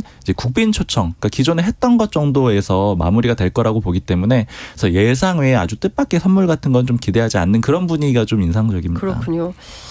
많이 안타깝습니다. 시간이 많지 않아서 그래도 짧게 30초씩 여쭤보고 싶은 게 있습니다. 목요일까지 선거제도 개편 관련해서 지금 전원위원회 열리고 있는데요. 분위기 어떻습니까? 됩니까? 개편이 됩니까? 이은지 기자님부터 말씀을 왜 웃으십니까? 사실 뭐 기자들이나 정치권이나 항상 이 선거제 개편 문제가 나오면 중이 제 머리를 깎겠느냐. 아무리 백인이 참여를 하는 거지만 사공이 많으면 뭐 배가 산으로 간다는 말도 있잖아요. 안 그래도 이 어려운 문제를 100명이 참여를 한다고 풀리겠느냐. 그래서 일각에서는 이제 비례대표 숫자만 조금 늘리는 방향, 이제 소선거구제를 유지하는 방향으로 되지 않을까 그런 관측이 우세합니다. 그러니까 전원위가 이제 원래는 다 나와가지고 그냥 백가쟁명식으로 다 토론해보자라는 건데 지금 네. 국민의힘 쪽은 그게 유효하진 않아요. 왜냐면은 가이드라인이 지금 2개가 나와 있잖아요. 윤 대통령이 중대선거구제를 얘기했고 그다음에 김기현 대표가 의원 정수 줄이겠다라는 얘기를 했잖아요. 가이드라인이 나와 있는데 의원들이 나와서 편하게 얘기할 수 있는 그런 분위기가 아닌 거고 그것 때문에 애초에 전원위원회 처음에 의원들 모집할 때도 숫자가 좀 빨리 안 모였던 거거든요. 그러니까 요거는 사실은 약간 요식행위에 가깝게 될 수 있고 어쨌든 그런데 이제 비례위성정당 같은 거 바꿔야 되잖아요. 네. 그러니까 그런 것들은 고쳐질 텐데 조금 더 시간이 지나서 아마 정리가 될 것 같습니다. 그렇군요. 오늘도 너무 내밀한 정치권의 소식을 잘 들었습니다. 국회가 어떻게 돌아가는지 막 그림이 그려지는 두 분 소식 정말 감사합니다. 잘 들었습니다. 감사합니다. 감사합니다. Splish splash, I was taking a bath. Long about a Saturday night.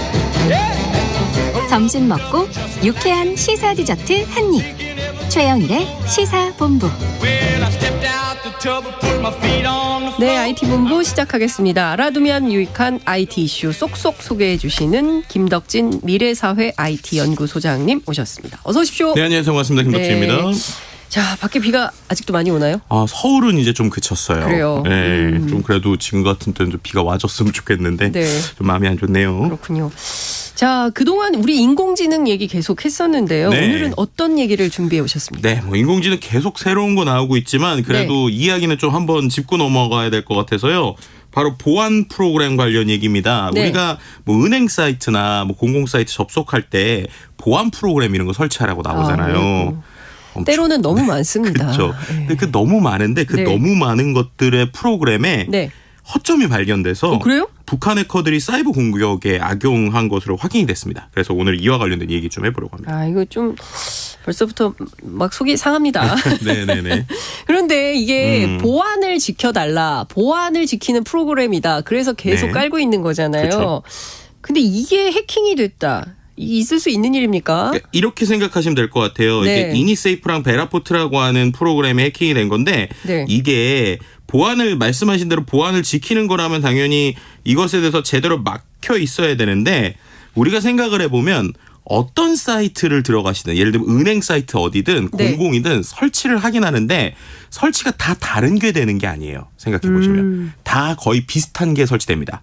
그런 것 같아요. 네, 그렇게 되니까 무슨 말이냐. 우리가 수많은 은행 사이트를 가든 수많은 공공 사이트를 가더라도 그게 결국에는 여러 개가 설치되는 것 같지만 거의 비슷한 한두 개가 설치되니까 반대로 얘기하면은 이제 북한의 해커들이든 아니면 해커들이 만약에 우리나라에 있는 여러 가지 PC를 해킹한다고 하면 여러 프로그램을 해킹할 거 없이 이 몇 개만 딱 보고 취약한 거를 뚫으면 되는 거예요. 그러네요. 네. 간단하네요. 의외로. 그렇죠. 이제 예. 그렇게 되다 보니까 오히려 네. 모든 은행을 쓸 때 꼭 이게 깔려야 되니까 어떤 은행을 쓰든 똑같은 프로그램에 깔려 있으면 요 방식만 우리가 풀면은 어떤 은행 쓰는 사람이든 풀 수 있겠구나라고 생각을 하는 거죠. 그래서 이런 부분에 있어서 북한 해커들의 사이버 공격에 이게 악용이 된 것으로 보여서 뭐 국정원이 과학기술정보통신부나 한국인터넷진흥원 등과 긴급 회의를 뭐 하고 거기에 있는 것들에 대한 보안 프로그램 뭐 이런 것들을 지금 내고 있습니다. 북한이 해킹을 했다. 이러면 다들 긴장을 합니다. 네네. 예, 단순하게 경제뿐만 아니라 안보에서도 그렇죠. 이게 무슨 목적이지 막 이런 그 고민을 하게 되는데요. 근데 예전부터 북한이 해커들을 양성한다 이런 소식은 많이 있었는데 해킹하는 컴퓨터가 실제로 우리 국민 다수가 이용하는 그냥 평범한 컴퓨터까지 왔다. 네, 그렇죠. 뭐 이런 얘기로서 더 충격적인 것 같습니다. 네, 맞습니다. 실제로 이제 북한 해킹 조직이 최근에 계속 활개를 쳤었던 이유 중에 하나는 암호화폐 종류죠. 맞아요. 네, 암호화폐 같은 경우는 아시겠지만은 이게 누구가 누구에게 전달됐다라고 하는 기록은 남는데 그럼 도대체 마지막에 있는 예를 들면 우리로 치면 계좌가 추적이 되는데 계좌 번호를 갖고 있는 사람이 누구냐라는 건 아직까지 추적이 좀 어려운 부분들이 있어요. 뭐 네. 우리나라에서는 이런 것들 다 체크하지만 해외에서는 그런 것들이 안 되는 게 있거든요. 그래서 이런 부분에서 지난해 이제 유엔에서 북한 해킹 조직이 약 1조 3천억 규모의 암호화폐를 탈취했다 이런 얘기가 나왔었고요. 최근에는 또 이제 언론인 등을 사칭하면서 첩보 활동을 하게 됩니다. 네, 언론인이요? 네. 근데 그게 왜 그러냐면 네. 지난 시간에 제가 챗GPT 얘기 드렸잖아요. 네, 맞아요. 이 챗GPT가 거기서 악용이 돼요. 그렇구나. 왜냐하면은 예전에는 뭔가 이런 뭐 북한이든 아니면 다른 나라 사람이 뭔가 그 나라 사람의 뭐 언론인이다라고 얘기를 하면 말투나 이런 게 어색했단 말이에요. 맞아요. 그죠. 뭐 예를 들면은 뉴스를 쓸 때 영어가 좀 어색하거나 아니면 한국어는 조금 어색하거나 이렇게 되는데 챗GPT를 요즘 악용해가지고 거기에다가 실제로 내가 한국의 공무원이야라고 해서 이 내용을 한국의 공무원이 보내는 것처럼 바꿔줘라고 하면은 얘가 맥락을 잘 쓴단 말이에요. 또 마찬가지로 뉴욕타임즈 뭐 채용 담당자가 보내는 메일로 바꿔줘 이렇게 하면 바꿔요. 근데 이들이 예전과 다르게 얼마나 진화했냐면 예전에는요 무조건 처음에 메일을 보내면서 첨부 파일을 보냅니다. 네. 그렇게 되니까는 이거 우리가 첨부 파일 이상한 거 설치하면 안 돼. 그리고 말도 어색해 이랬단 말이에요. 근데 아까 말씀드린 대로 일단 말을 매끄럽게 쓸 수 있는데 자기네들이 그냥 쓴 거를 바로 변환을 해주니까 그렇게 두 번, 세 번 먼저 커뮤니케이션을 한다고요. 그러니까 정말로 내가 그런 사람인 것처럼 막 대화를 하고 커뮤니케이션을 하다가 중간에 뭔가 악성 파일을 전송하는 방식을 쓰니까 결국에는 그렇게 되면서 자연스럽게 해킹을 당하게 되는 뭐 이런 형태들이 요즘 많아지고 있고요. 그래서 네. 뭐 요 방송에서 한번 말씀드리고 싶은데 요즘에는 이제 워낙 그런 것들이 많고 그냥 일반인처럼 대화하는 문맥들이 있기 때문에 거의 이를 대처하려면 모든 직원들이 약간 반복적으로 그냥 모르는 메일은 무조건 파일을 다운로드 받으라고 하는 거 그냥 받지 말자가 그냥 기본이 돼야 된다. 아예. 예. 그런 얘기를 좀 같이 드리고 싶습니다. 요새 전화도 그렇잖아요. 070으로 오면 전화를 그게 참 아이러니한 거죠. 그리고 뭐 그냥 휴대전화도 문자 없으면 모르는 전화만 안 받고 뭐 이런 건 이게 컴퓨터 이메일도 마찬가지 상황이 되는 것 같다라는 신뢰가 무너지는 상황이어서 그런가? 뭐 이런 고민도 좀 들기도 하는데요. 근데 어쨌든 은행 보안 프로그램을 해킹을 했다면 가만 있어봐. 우리 돈은 괜찮은 건가? 혹시 피해는 없었습니까? 그러니까 이게 제일 걱정이네요. 네, 그래도 이제 금융감독원이 즉각적으로 보정 작업을 했고 현재까지 피해 발생은 없었다고 해요. 네. 왜냐하면 이게 정확하게 표현하면 금융 보안 프로그램을 뚫고 내 컴퓨터에 들어온 거니까 생각해 보시면 은행 서버는 별도로 있잖아요. 아하. 그러다 보니까는 은행의 비밀번호까지 본 건 아니에요. 그래가지고 이제 우리의 돈 자체는 괜찮았지만 어쨌든 문을 열어주는 열쇠의 역할을 이 보안 프로그램에 했다라고 볼 수 있는 것이죠. 네. 그러다 보니까 지금 이런 상황에서 피해에 대한 이야기는 안 나오고 있지만 이미 뉴스에서 여러 번 나왔지만 지난해 말 북한이 보안 프로그램 아까 말씀 이니세이프 같은 거에 취약점을 악용해서 국가 공공기관 그리고 방산, 바이오 업체 등의 국가 주요 기관 60여 곳의 PC 210여 대를 이미 해킹한 사실이 확인이 됐습니다. 그러니까 그 부분에서 어떤 정보를 빼갔는지 이런 것들을 이제 우리가 좀 걱정해 볼 필요가 있는 상황이죠. 그런데 지금 말씀드린 정보기관들 아닙니까? 국가정보원, 경찰청 그렇죠. 뭐 이런 데들은 진짜 다루는 정보의 내용도 많고 뭐 비단 돈 문제도 있긴 합니다만 이런 등등에 대해서 해킹을 이렇게 많이 했다면 여기서 쥐고 있는 정보가 뭔지 이걸 뭐 보안 업데이트를 또 해봐야 되는 것은 아닌가라는 생각이 좀 들기도 하는데요. 어떤 식으로 해킹이 되는 거예요? 이거 아마 그런 분들 많으실 거예요. 아, 내가 은행 들어가려고 여러 가지 프로그램을 깔았더니 컴퓨터가 좀 느려지는 것 같아. 아, 속도가. 네, 이런 분들 많이 있으실 거예요. 근데 그게 왜 그런지 구조적으로 말씀드리면 일단은 이 은행에 관련된 프로그램을 깔면 은행을 열 때만 그 컴퓨터의 프로그램이 동작되는 게 아니에요. 그래요? 그러니까 그게 이제 메모리라고 하는데 계속 상주해 있습니다. 그래서 뭔가 설치를 하고 나면 제가 은행 프로그램에 설치될 땐 켜지긴 하는데 끄고 나서도 계속 제 메모리엔 있어요. 그러니까 무슨 말이냐? 컴퓨터 켜질 때부터 꺼질 때까지 그 프로그램이 컴퓨터 어디인가는 이제 열려 있다는 거예요. 상주하고 있군요. 그렇죠. 네. 그렇기 때문에 이 빈틈을 노리면 거꾸로 컴퓨터가 켜져 있던 언제든지 그 빈틈이 열려 있다는 거예요. 네, 그러니까 꼭 은행 프로그램을 열 때 또 내가 은행 사이트 들어가는 그 타이밍에만 딱 들어가는 게 아니라 그게 설치되어 있는 컴퓨터라면 항상 우리가 빈틈을 열 수 있어서 그 빈틈을 파고 들어간다라고 보시면 될 것 같습니다. 그래서 이번에 북한 해킹 그룹 라자루스가 이런 특징을 이제 지닌 프로그램을 활용해서 사용자 몰래 PC에다가 이른바 뒷문 악성 코드를 설치한 거예요. 그래서 은행으로 접속할 때 다른 해킹으로 미리 만들어 놓은 은행 사이트에 막 접속하게 한다든지 뒷문으로 막 들어오는 거예요. 네, 그렇게 해가지고 우리가 보면은 이제 이런 것들을 또 파밍이라는 방식인데 그렇게 하니까는 내가 정말로 은행 사이트를 제대로 쳤어요. 근데 들어간 사이트가 은행하고 똑같이 생겼는데 은행이 아닌 거예요.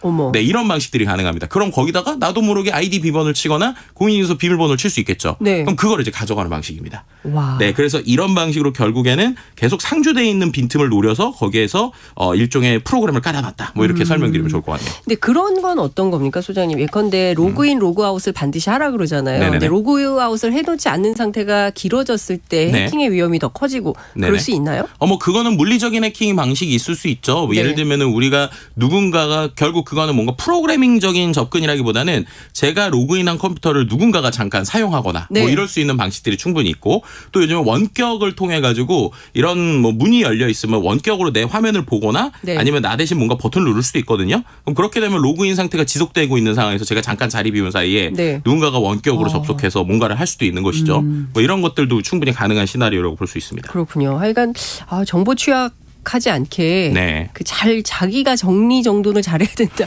문 닫고 열고 이거 분명하게 잘해야 된다라는 생각이 좀 들기도 합니다. 인터넷 해킹할 때 무조건 설치해야 된다. 이런 게 오히려 약점 아니냐. 이런 비판도 나온다면서요. 네, 그러니까 이게 왜 그러냐면 공인인증서 많이 들어보셨잖아요. 이게 2003년부터 있었고 지금은 공동인증서로 이름이 바뀌긴 했지만 똑같은데요. 네, 그래도 거의 똑같습니다. 왜냐하면은 요즘에 인증하는 방식이 여러 가지가 생기긴 생겼어요. 그래서 꼭 공인 공동인증서 말고 다른 방식으로 인증을 할 수 있거든요. 근데 중요한 사이트, 뭐 예를 들면 공공 사이트나 입찰, 아니면 정부와 뭔가 기업이 뭔가를 해야 되거나 기업과 기업 간에 거래하는 이런 사이트들은 여전히 다 공동인증서를 많이 씁니다. 그렇게 되니까는 그게 꼭 필요하다는 거죠. 그렇죠. 그러니까 공동인증서를 쓰기 위해서는 아까 말씀드린 보안 프로그램 무조건 깔려야 되거든요. 근데 이게 어떻게 보면은 정부에서 과거에 어떻게 보면 모든 은행들을 좀 효율적으로 IT 시스템을 효율적으로 하기 위해서 모두가 이렇게 공동의 방식을 쓰게 만든 거예요. 2003년에. 네. 근데 그 이후로 계속적으로 뭔가 악성 코드로 뭐 돈이 털렸다 뭐 이런 얘기들이 계속 나오고 있고요. 네. 이제 그런 이유들 때문에 아까처럼 공인이 아닌 공동, 그러니까 이거 말고 다른 것들도 있어라고 해서 선택지를 열어줬지만 네. 말씀드린 것처럼 중요한 데서는 여전히 공동인증서를 써야 되다 보니까 기업이나 기관 같은 경우 울며 겨자 먹기로 이런 공동인증서를 계속 써야 되는, 조금 불안하면서도 써야 되는 뭐 이런 상황이다, 이렇게 말씀드릴 수 있는 것이죠. 근데 이제 최근에는 사실 휴대폰으로 폰뱅킹을 하면서 이제 좀 많이 바뀌긴 한 것 같지만 그래도 네. 여전히 인터넷 뱅킹 해야 되는 분들 많이 있으실 것 같은데 네. 이 소식 들으시면서 가만히 있어봐 나 어떡하지? 이렇게 걱정하실 것 같아요. 네네. 업데이트를 우선 하면 좀 괜찮아질까요? 네, 뭐 제일 좋은 거는요, 이 가이드라인대로 하면 지금 깔려 있는 모든 보안 프로그램 삭제하시고 그 다음에 이제 뭐 인터넷진흥원이나 이런 데서 주는 업데이트를 설치해야 된다라고 말씀을 드리는데, 솔직히 말씀드리면 우리가 그걸 쉽게 설치하고 지울 줄 알았으면 누구나 이미 맨날 지우고 깔고 뭐 이렇게 그러니까요. 했겠죠. 그러니까 이게 참 아이러니인 것 같아요. 그래서 불편하고요. 그리고 뭐 여러 가지 사이트, 차라리 뭐 은행 이런 데서 업데이트 좀 좋겠는데 그게 아니라 뭐 인터넷진흥원이나 이런 데 사람들이 사이트 잘 모르잖아요. 네. 좀 어려운 부분이 존재합니다. 그래서 약간 뭐 이런 얘기 좀 드리면 좀 죄송하지만 모바일로 쓰시는 게 지금은 오히려 보안적으로 좀 안정성이 있다라고 말씀드릴 수 있을 것 같고요. 차라리 모바일이. 네, 그럼에도 불구하고 인터넷을 지금 PC로 써야 된다라고 하시면 정말로 금융관번 관련 프로그램 한번 싹 지우시고 네. 새로 설치하시는 걸 추천을 좀 드립니다.